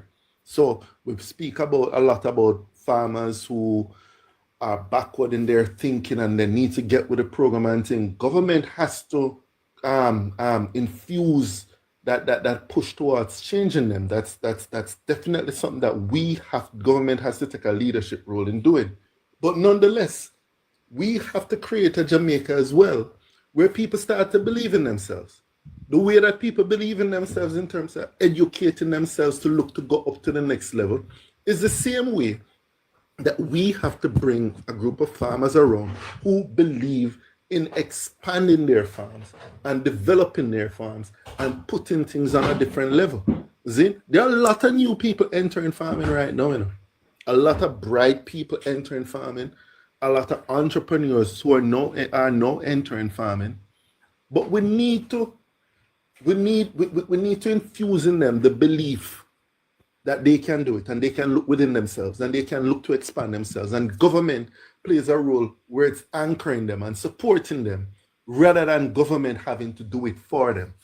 You know, that's a big thing. I think that sort of separates even the JLP from the PNP where that is concerned. We're not looking to solve every little problem for yourself. You're a big man. Figure certain things out. Put your mind to work. Be ingenious. You know, start to solve problems and things. Government don't have to be the answer with everything, but government has an important role to play. And They I rely hear you on saying that sympathy and family not is risky. opportunity, the engineer. That's the Go whole again? thing. They rely on sympathy and not opportunity. Yeah. Right? And I Somebody just want else must to save chime them. in. Yeah, I just somebody want else to must do it chime for them in because they to, can't do it for themselves. Yeah, go ahead. yeah, I just want to chime in to back to where we're talking about. I think we're talking about moving people forward, but we also have a problem with a lot of people in the society, and we can go back to needs. We can go back to the new money. We can go back to even the benefits the other day when we were issuing the reverse tax credit, right? Me hear people say, people who are work, and I say, hey, you're qualified for this. No, the government a trick we. Me don't know about that. Me never know about it. Stuff like that. So these are the challenges we're having. People, you have civil society. Oh, leave the money alone. Leave this. The church is mark of the beast. Come on, guys. We are being left behind. I don't remember who said it, that we are literally being left behind because of how naive we're being to the changes that are happening right in front of our eyes. Right? We just stagnant in our old ways, and people in the society is fueling that in particular. Let things remain as is. Oh no, nobody change the route because it'll work for me. But if you drive that route, it's 5 minutes less, it saves you 5 minutes more. No, me don't want to change. So the system, the people are very oppressive in what's going. Well, not everybody, but you know, some of them Slowly voice has were changed, but loud. it's still a lot of people who are But very Lash- negative Yeah. but about things Lashika, Yes. that can Lashika, improve their lives. you know, it's in the interests of certain people that people remain dumb. I And know. some of the times when I go on some platforms and things, I literally see it playing out Yeah. where there's just a lot of dunceness there. I Control. mean, I hate Control. to call people dunce, but there's just a lot of dunceness and a lot of backwardness and people who just don't know. Just people who they get up, they say some stuff, and it's almost like there are a bunch of people pulling the strings, just literally trying to feed misinformation to the people. So even a thing like the NIDS thing, I remember just sitting down and just asking a PNP guy, "What is the problem you have with NIDS? What do you have a problem with TRN? What is the problem you have with NIDS?" And they can't answer. And they can't answer because they're following a political line where people in their party tell them, say, I trick them, I get tricked. So they're just echoing that line. So there are actually forces behind this thing where they want a large part of the society to remain dumb because it's easier to influence them. I mean, And that's something I changing really believe. it's not only they don't know, you know, because we can understand when somebody don't know. It's when they don't care to know. You have a lot of people who don't know, but they don't really care to even know better, right? And they are more easily convinced about the things that really, you know, destroy them. But a healthy convince them about the things that can improve them life. But it's Part of years it. of separation, years of hardships, right? That they undergo. So it's like anything outside of that hardship, it's like them alienate themselves from it and them just think it's not possible, right? So you have to understand the kind of it's a very negative society that we have, you know, right? And as I say, me not give up hope because I see where it's changing a little bit, but you just have too many people because and that's the challenge the government is having now, you know, right? That's the challenge the government is having now to get people to believe that these things are happening. And they can actually, there are opportunities for people to grow and become better. When you hear a man about tell you have Jamaica, not go on, you know. Jamaica can never be better. As long as you live, Jamaica can better. Right? I give up. Part of the Right, resistance to change also, you know, and we touched on it, the dunce, the people who are not so educated. Part of it is they're intimidated as well, you know. I personally experienced that. I was telling somebody about a program where they're trying to get into a small business, right? And I'm telling him, you know, the government are offering these things where, you know, you can come on, you can get certified in a area of business. And you have access to loans and grants. Not so much loans, but even grants, in your business. And the person was like, we can't bother with them sitting there. They're intimidated because maybe one time they try something and because of the bureaucracy they have to go through, them just can't bother. But what it really Guys, I is, have a little they're bit of a breaking intimidated to news. even approach the things Well, listening. and go through the process. They're so intimidated that they just back down. All Lashika says she has breaking indications, news. all indications are leading to that it's true that Lawrence Rowe was stabbed today, I think in central Kingston this evening. You're making this up. No, I'm Was not. he killed? The last text I got saying that he's okay, but he Whoa. was stabbed. Yeah. Somebody mentioned it in the comment section earlier, but I've been getting the messages on my phone and it seems to be true. Whoa. Based on what I'm hearing, it is People have to go and close check to in the on truth. this. Yeah, it is close. Like, it seems to be accurate. But this not gonna look good on the PMP. PNP, that's what I'm saying. Yeah, man, it seems to be accurate. Somebody saying that JPU, Jamaica Politics Uncover, is talking about it right now. So, they are connected to the PNP, so they must know. Foresight. And the messages are being circulated that he's okay and stuff like that. So, Lawrence Rowe, life in danger, gotta help him. Yeah, so that's what I'm hearing. Right. Foresight, you believe that the PNP care how it look? If Green Bay killing, they weren't embarrassed by it.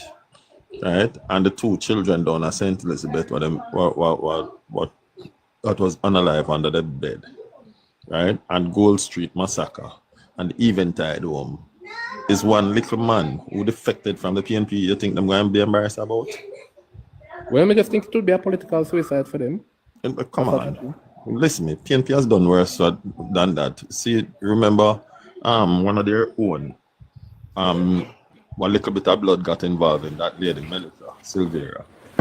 And that should have been a political suicide. But when the media don't spin it for them and tell us a PNP never have nothing to do with it, that was a random thing. Eh?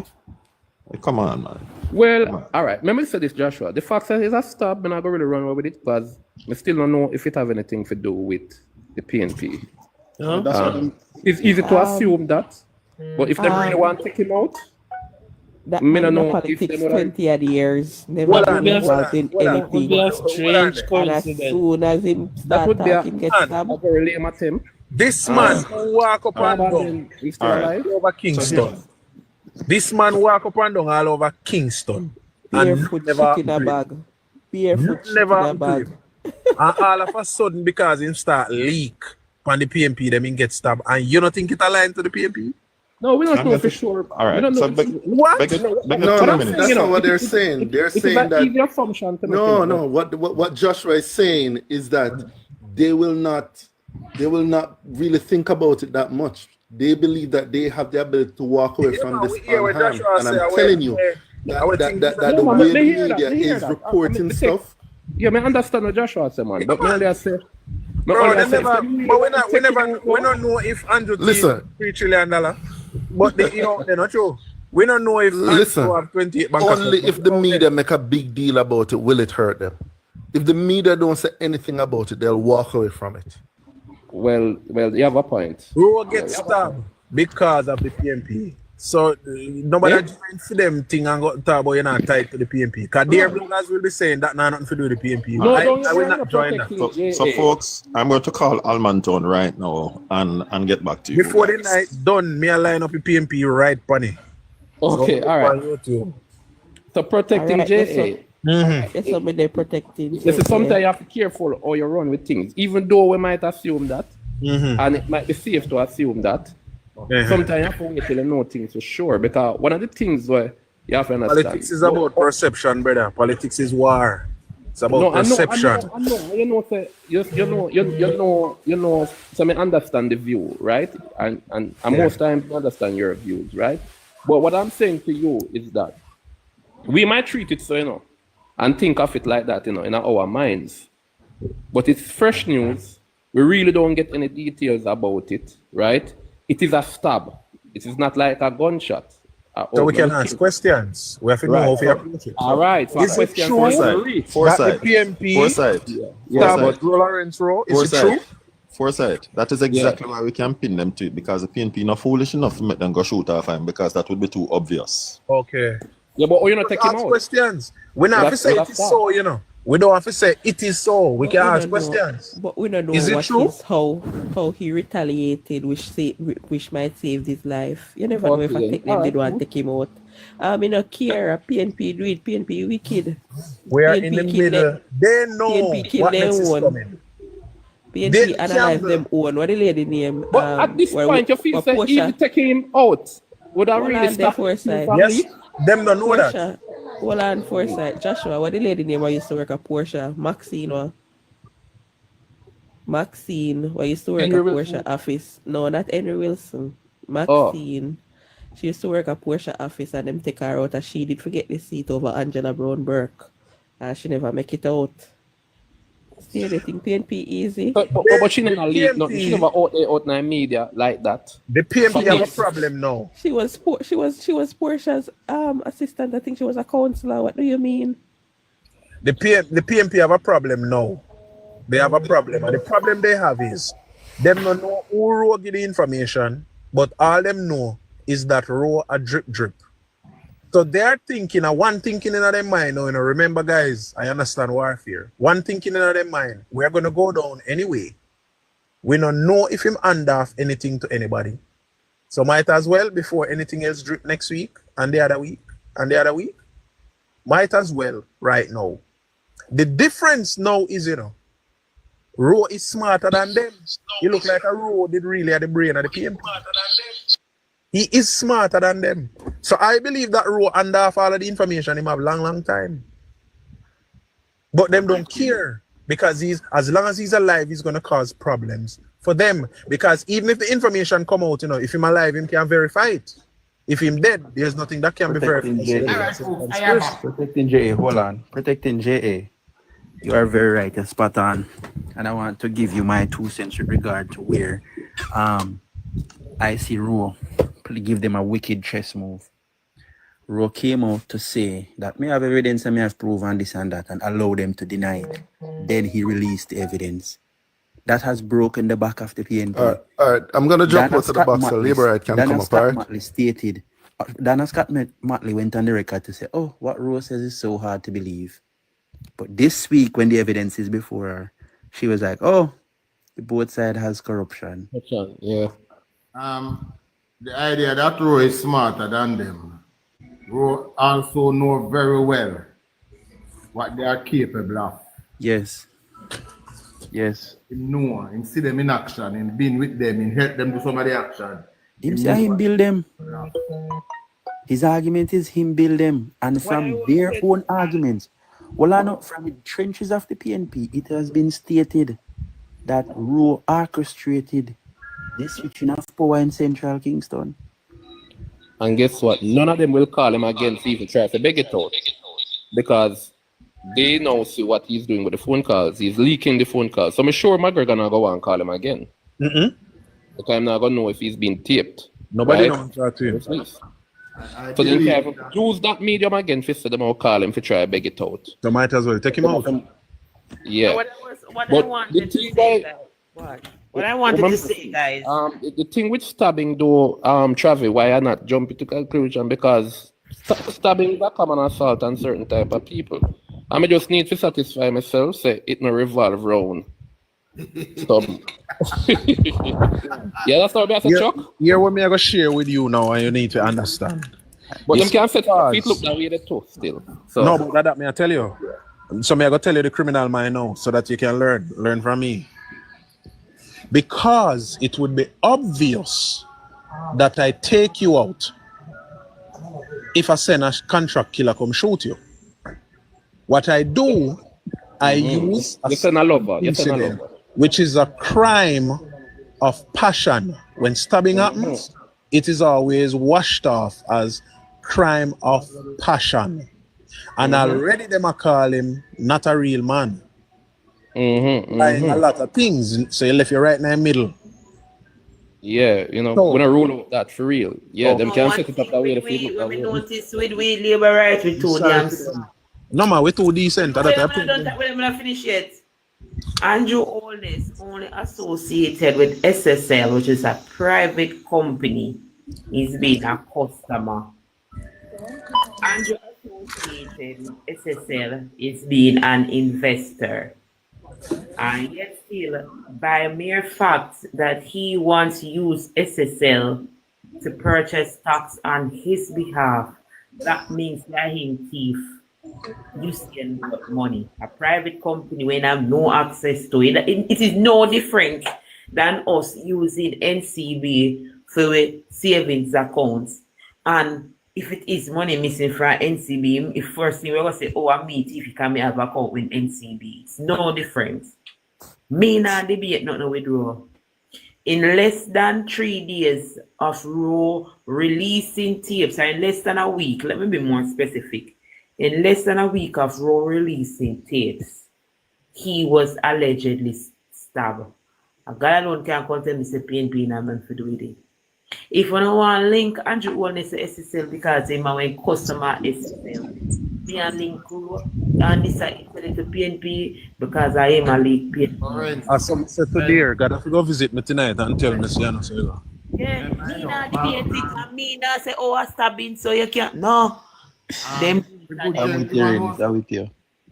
The good gentleman was described as having a certain skill level, you know, why he was recruited by the party. So maybe you know some people who are skilled at stabbing. I agree with you. It is no coincidence. I believe the rule poses a problem for them because he knows too much. He know exactly how Mark Golding become president of the party and that it shouldn't happen. He know that. He know which part, in literally know which part the bodies them bury. And them are worried about what else they might leak. Exactly. Them are worried about what else they might leak. But I also believe Roe to be smart enough to put the evidence somewhere and say anything happened to me. To me, exactly.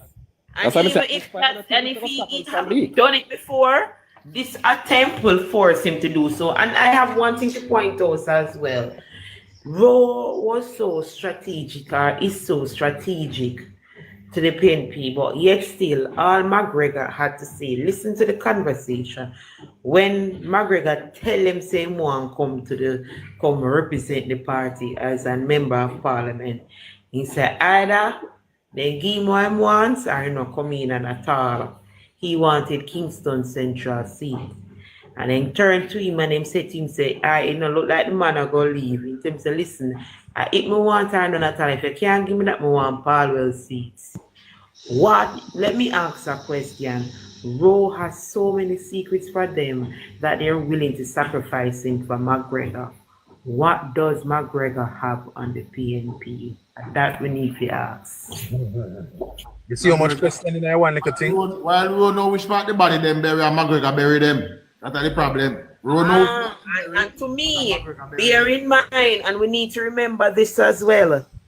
Peter Bunting was once Minister of Security.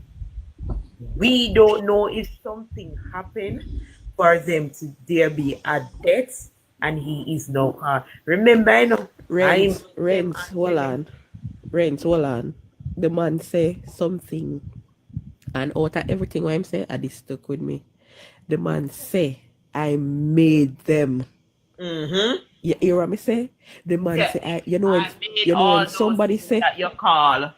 You know when somebody say they make you what that mean? You hear what me say? The man say all those men I made. The man say Angela too. He say all that woman I made her too. So the man know. I remember say we know appear dirtiness them go on with. Right? But if you're so willing, if you're so willing If you give up, somebody will make you up, bring you where you be. Because McGregor dictated that he want that seat, and he might get that he wants or nothing. If they are willing to give up, somebody will make them, mold them, put them where they are, so they can run this part. They're willing to kick him out from McGregor. I don't think they expected this blowback. What? I mean, I think they expect it for true. I think Well, friends, what especially if to take the McGregor 15 I years. think they think they could have bullied him. They think they could have bullied him. Yeah, But, they never expected folks, this because they as Cliff rightly said, is a hush money, right? So they gave him the money and expected him to remain quiet. But but one of the things that happened during all of that was somebody was threatening him. This is why he came forward. One Ashiko. important thing, yes. Sorry. Remember what Venetia said, that PNP has a tendency to use people and discard them. Remember before she even joined the JLP, she said that. I don't know if you remember that. When they had the election done by Conference Center, she said it openly that day. And just to piggyback on your statement as well, them do it openly in our face. Look at what they did. They know, so when Vibes Cartel come out, everybody have attention on him. Them use the attention on him to tell himself to come on my conference, come give you our strength. When Vibes Cartel has his show, no PNP not turn up. The second time I see them do it, and them not afraid to do it. The second time they did it was when Bashi child died. Remember, she died. The father said him not upset that she died because it was a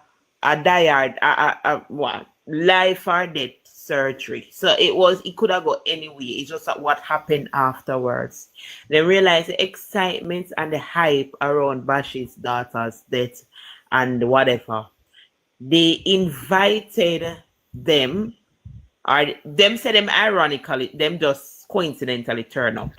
But they invited them to their show for the hype. Everybody talk about Bashi, everybody in a pain and excitement. When Bashi daughter had her funeral, did any of them turn up? No. And something what them do, and even people who think them smart don't realize it. They don't think when they say Cartel are the most smartest, are the smartest artists out there, and him allow PNP for use him, and not one of them support him and party. Bashi same thing.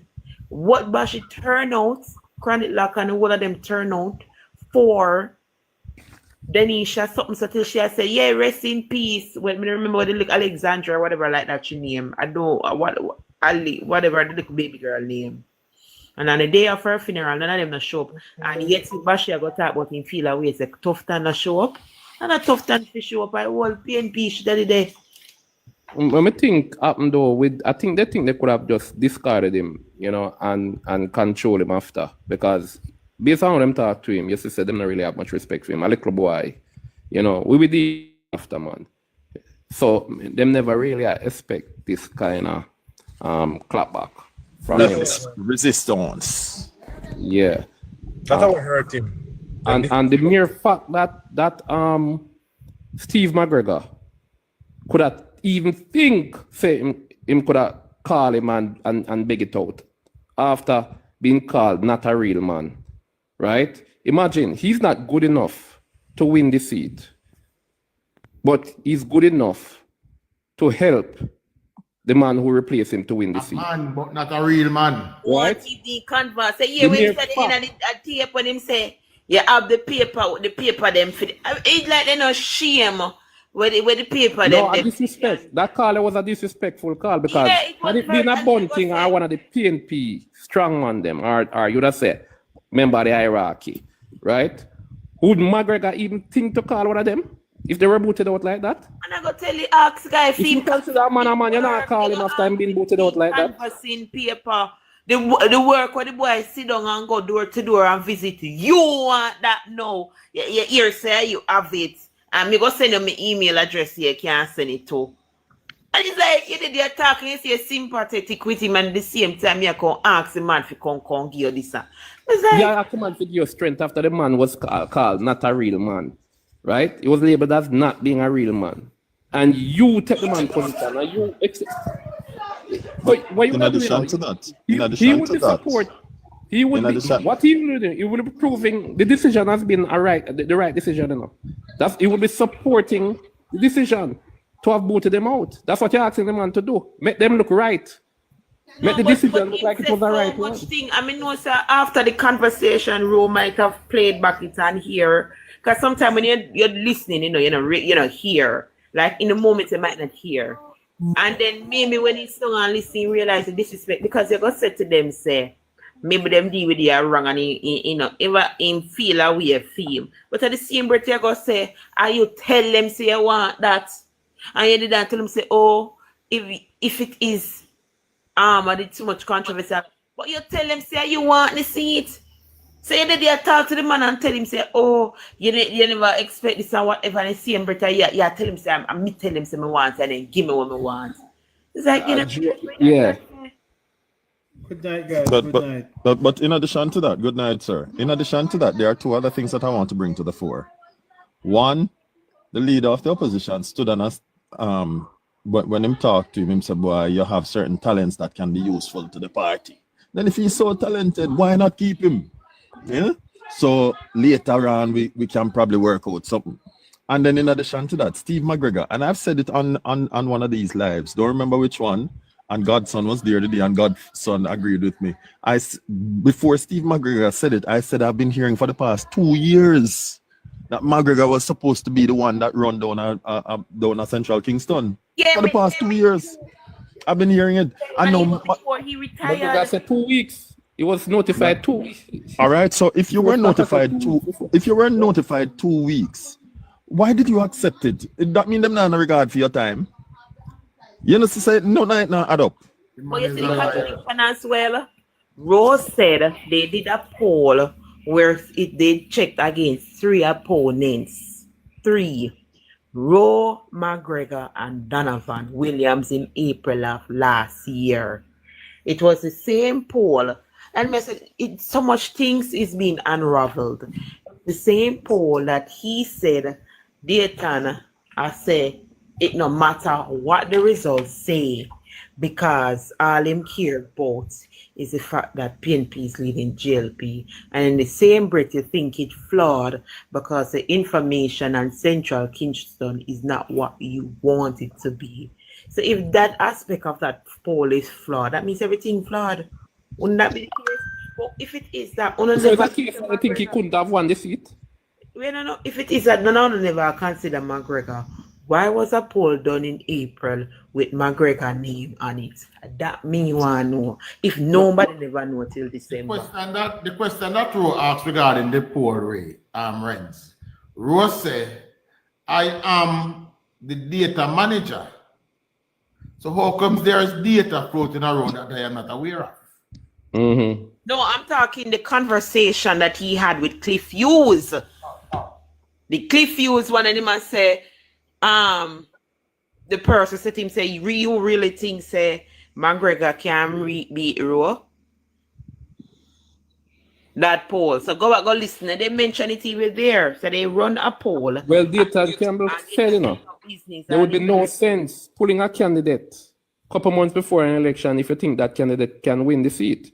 So basically, what Matilda say, them not think Roe could have win the seat. So if a stronger candidate, them might try.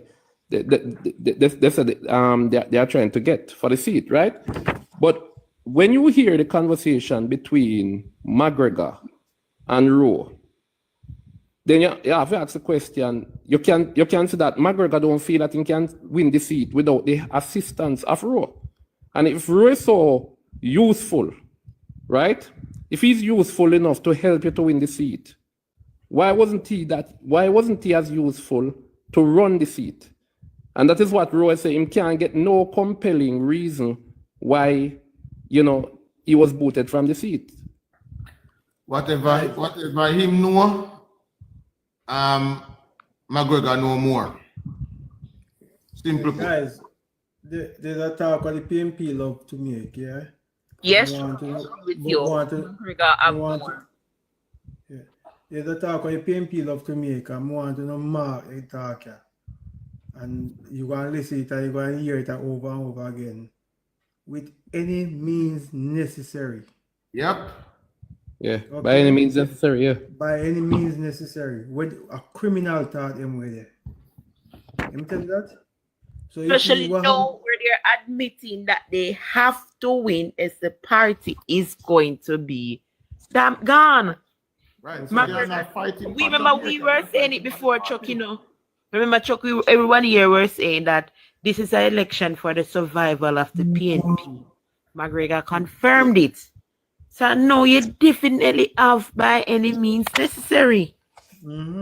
This is Because not what the thing, you know, the PNP is using misinformation, you know. And the thing, what I think about deception tactic and misinformation is that it only can last for so long and no longer. So what the PNP is hoping to get into power before the people start realize that they are being deceived, right? If they fail to do that, right? And the Jamaica Labour Party, right, should secure the third term. What is going to happen is that the PNP is going to become more exposed, and a lot of these strategies that they use in this election, they will have to come up with new strategies for the fourth term, because people are going to know the PNP now to be this kind of government that try to campaign on misinformation. They can't use these kind of lies again. It won't be as effective the next time around. They can't use the media. Everybody know more and more the TV and RJ has been exposed as PNP stations. So what are they going to use? Because this is the PNP playbook, you know, at its best, you know, right? They will have to come up with new strategies, and the PNP. Remember civil society, not just RJR and TVJ. Remember civil society. Civil society and all it. But these cards are now played out, right? Going back for the dance. And then I go back for the dance and all of that. And if they not get the chance to do that, and you know Andrew and dance right now, and what Andrew has about dance and danmanship. So I get them want to get in power now, to stall this kind of new Jamaica that is being created, right? And to go back to what the kind of Jamaica that has kept the PNP in power for so long, right? If them not get to do it now, it'll go harder for them to do it in their fourth term, because the performance of this government is going to become more obvious to the Jamaican people, and it's going to be harder to deceive them, you know, the next time around, especially after seeing what the PNP have tried, you know. After we become the Singapore of the Caribbean, there would be no more. No, we're not gonna be we're gonna be the Jamaica of the Caribbean. So we are take place, them can't stand up again. No other country. We're gonna fulfill our destiny. Right. So I am willing, and I support, I am willing to put it out here from today that the People's National Party hierarchy has just tried to kill Lawrence. If the news of the stabbing is true, I believe it's trying to kill him. And if them try one as well. If them try one, they're gonna try it again. The PNP knows they're failing. The desperate measures for them now. They have been, as Comrade McGregor said, and I've been saying it. We have all been saying it for the longest while. While the Jamaica Labour Party, we as the bloggers of the Jamaica Labour Party are busy on social media trying to defend Jamaica, the PNP are trying to fight for the life of the People's National Party. They don't care what happened to Jamaica in that process, you know, in the attempt to save the life. You know. They don't care. Them use the term scorched earth all the while. So we'd rather burn it down and rule over the ashes. Yes, they would rather to burn it down and try to rule the ashes than to do anything else. As they have proven before.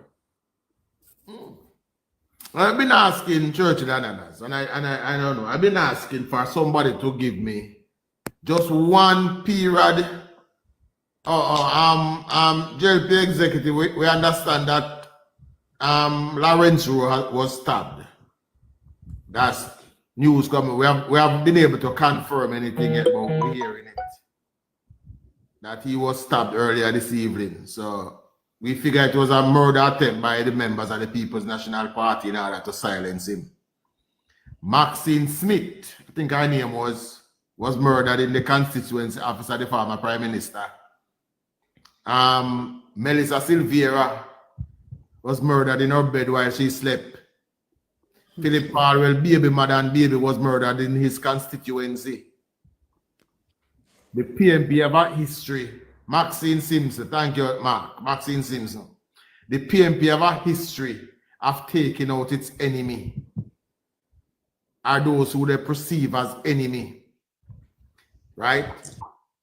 So, rolling that is not far-fetched that they went after Comrade Road this afternoon. And I urge him to find shelter at Belmont Road.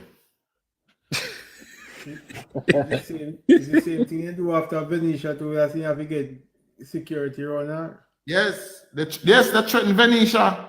Let's not forget that they threatened the life of Venetia. Right? And remember, not just Natalie Stark, but Karen Cross have spoken on several occasions that these people are willing to kill to get them where. They have proven it on several occasions. And she keep on saying it over and over again. So that means that something is going on. Something is going on. So if this is real, if this was really an attempt on the life of a Jamaican citizen by a political party. So what did I say about the thing they now, Chuck? So you're challenging Churchill to tell you a time when a time in Jamaica where the PNP ever lead this country and Jamaica was better off for it.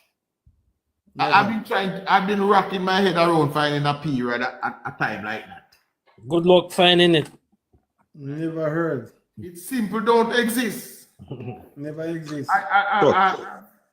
So Chuck, like you say, you have been wrapping your head around it. It would be fair to call you long-head Chuck. Yes. There's not a period. All right. When you type in Edward Seaga, you can come up with Edward Seaga's achievements in Jamaica. When you type in Michael Mando, what do you find? Scandal. Nothing. Because he has nothing to celebrate. Right? Them say equal pay for man and no man and no bastard. No Labour Party initiative. NHT. That's what them say, Chuck. Right. That was a Labour Party. Foresight. Man, let me have things. Let me bring you back in history, sir. Let me bring you back in history, sir. Chuck is probably the only other person you're. Well, let me not say that. I am sure that Chuck can back me up. Let me stop right there.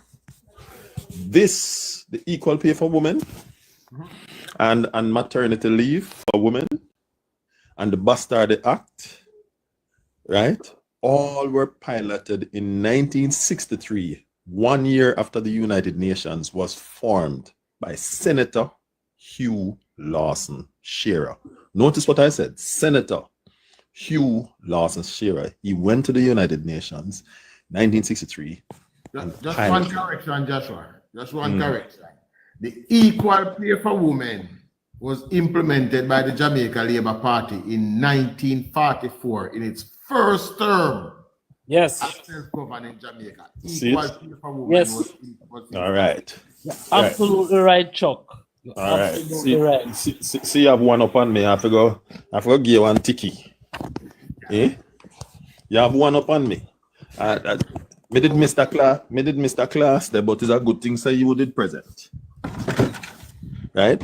And it was presented in 1963 at the United Nations, the newly formed United Nations that Jamaica was now a member 1 year after it was formed by Senator Hugh Lawson Shearer, to be adopted in 1968 when they will call it in Tehran, Iran, when they will deem it International Year of Human Rights. So whenever PNP come up with that argument, you make sure that you take out the biggest political firearm that you can find and shoot down that lie. Them won't bring that line of argument to me, Joshua. Me hear that line of argument many times, no, Joshua. And I think me kind of deliberately you shoot it down because me hear you with that already. We debunk that, and I've heard it many times that it was not initiated by the PNP, right? It was actually Joshua, JLP. one thing I have to say to you, PMP computer don't go so far.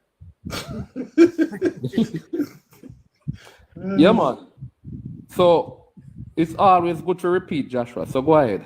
We have to repeat them, man. We not stop repeat them. People have to know, say, all right, what I've said, in 1970. Hold on there, Chuck. Beg you one little lie. Remember I spoke about Donna Scott Matley since night? Sure. She stood in the Senate a few days ago. And after Abka Fitz and laid rubbish her and beat them come. You know what Matley says? Why are we going back to the past? Because he mentioned about Manley and some of the things that, because what he was doing was making a comparison between the then and the now, the two administrations. That's what that's the problem with them, They don't like them. I'll tell you, say, we only want to discuss from 2016 until now. Even them bloggers from here will tell you, say, that's at 2016 till now we attack. Yeah, but when it suits them, they want to go back for Michael Manley and tell lies. Say Michael Manley do this and Michael Manley do that. But Joshua, you notice the seat that's giving them problem and bringing down the party right now? Michael Manley seat. It's a pride seat, that, Mm-hmm. So they can't afford to lose that. And they don't have it. They don't have it, Guys, well, all right, true. Them can't. Yes, but yeah, them don't have it, so them want to regain it. But it now looks so, So one thing, Siaga's never lost his seat. Guys, Well, that's if you ever true. notice something is very important. You ever notice something when you see them at debate with them party.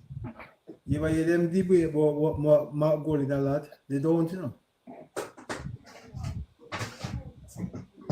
want to talk, Mark Golding, only legacy is Pinsack, They don't speak about him, to be frank. They don't speak about him. They speak on the party itself. They don't speak as if he will be. To me, how they talk, the party are going to lead itself. PNP are going to lead itself. They don't. But what you think? Mark Golding being the leader of the party, they don't talk as if PNP will come in power. And because Andrew, notice how they can talk about Andrew and the JLP, because Andrew figure Andrew are wicked and Andrew time up. But to know, no one speak eloquently of him, man. No one speak as if the PNP is being run by Mark Golding. The PNP are run by itself. Mm-hmm. Mark Golding, no man, Hugh Richard speak eloquently of him, man. How bright he is. No, that is you, Richard. Richard, I idiot. You're braver than I am. But can the PNP can the PNP campaign now, continue to campaign on corruption? Well, I just want to repeat it for your benefits here for those who may not have heard today. In Parliament the other day, we found out that there were no illicit six. So we're protecting J.A. I hope he rides them with that. When I'm gone. They are, because when was the day? You see, on the day with Nationwide News came out Thursday. Thursday they were in I don't know where they were. And I was passing a live and Mark Golding was on the stage talking about JLP and corruption. And I understand them. You said JLP is so corrupt and there's not one evidence to support it. No, we have a case of corruption with KCMC with so much evidence, voice recording, whatever, and no one is wanting corruption. So I'm deal with perceived corruption in a JLP, but feel to deal with real corruption in my own party. I'd be interested in hearing what Oral Tracy has to say, because the other day him said nothing go so, and this is private money, so I'm quite curious. The man say government is scrutinized. Well, Tracy said they like talk to the little dirty labor right them. Forget vote out office. That is a senior member of the Agile Communication Group team. Yeah. He was caught on a hot mic, but he volunteered that information.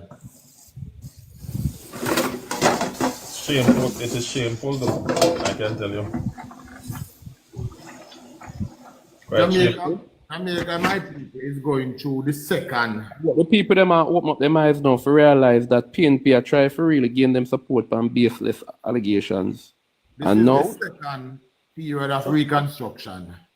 Okay, close my mic a bit. I'm doing some dishes and I don't want to mess up the liability. Winston Beard, Northeast St. Elizabeth. Northeast St. Elizabeth is slowly. Slowly, yeah. Slowly, yeah. Good friend of mine So is if I can moving. jump in with two quick questions. One question. Sure, go ahead. Well, good night, everybody. Good night. Actually, before I get to the question, Joshua, I want to formally apologize to you in front of everybody. It has to be done publicly. When I came on here the first time and said you were wrong, I should have come onto the box and explained myself. To call a man wrong implies he's either malicious or stupid, and you were neither of those. So you get my public apology for that. You never asked for it. Moving on from that.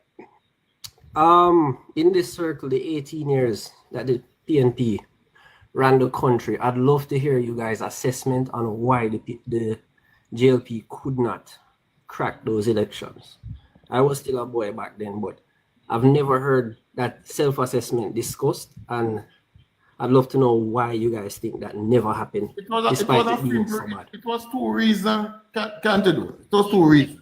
In fight. The JLP was bitterly divided. Bitterly divided. And there was stealing of elections. And the election process was very dirty back then.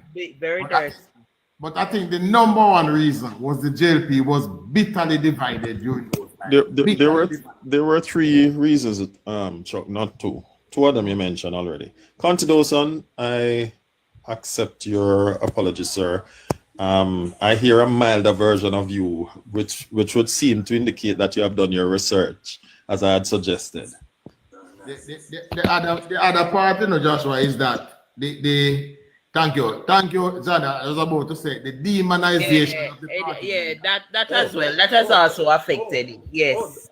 That is the fourth one. The other one, remember that they were carrying out. You remember the mandate that was given to Michael Manley when they changed out the bush jacket and give him suits? Yes. Explain to Conti Dawson, because I'm going to close back the mic and you explain it.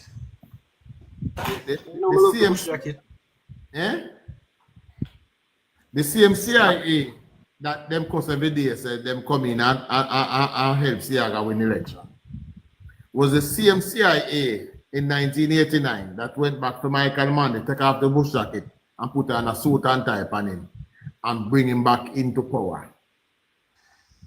Right? All he had to do was to promise to carry out all the reforms that Siaga wouldn't do.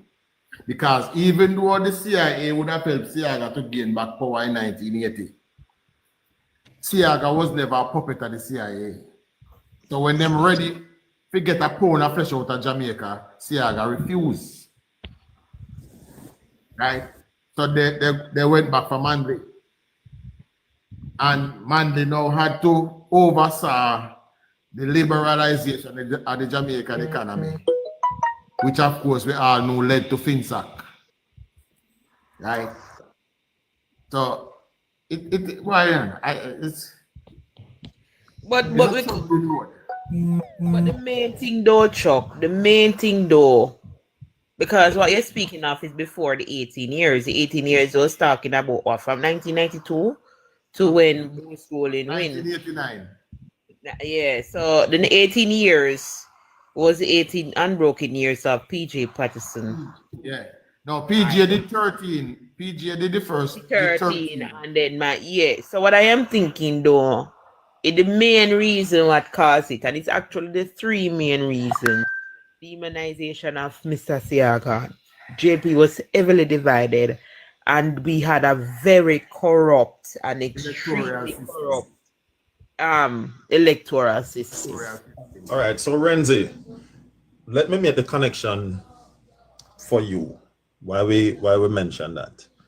Remember, we use the term a mandate. A mandate is not restricted to any one person, right?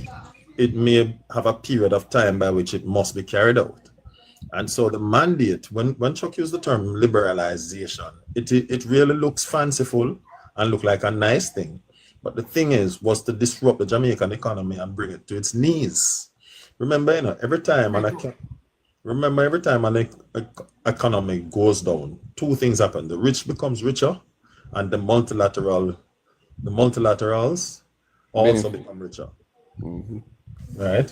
So their mandate was this little place in the Caribbean, we can't afford for them, can live without us because Jamaica is strategically located in North America, right? It is of benefit to the United States. So if Jamaica can become independent and self-sufficient, then they won't need the United States. Now, when Jamaica is on its knees, we always have to go begging or borrowing, right? Manley's job was to accomplish that goal for the same set of people that Chuck mentioned. And when he demitted office, PG's job was to carry it out under the advice of Mark Golding, right? So it is actually 4. So is that the same mandate now that we have? No, our mandate, no, we don't have that mandate in, and that's probably... Omalo always say is democratic capitalism. That's the name in card. Omalo is there. Omalo always have the character of it. Democratic capitalism. The great chops media, Wagwan Big Boss. See them wake up out of your bed, man. Right? But that was part of the plan, kind of those. Those were the plan we up against. But as I agree with Residents, and the main thing, the demonization of Siaga. Siaga was heavily demonizing the person. And when we say demonize, there's a lot of person who it was when Siaga was in the coffin and his achievement was being read out. People are saying, but this can't be the man what we used to hear about. Right? But the same strategy being used now, Chuck. The attempt to demonize Andrew Jones. That's the same thing, because that's how the PMP work over the year, candidates. They attack the leadership of the party. The problem that they're having now is that this set of labor right is willing to stand up and fight. Back then, they put it in a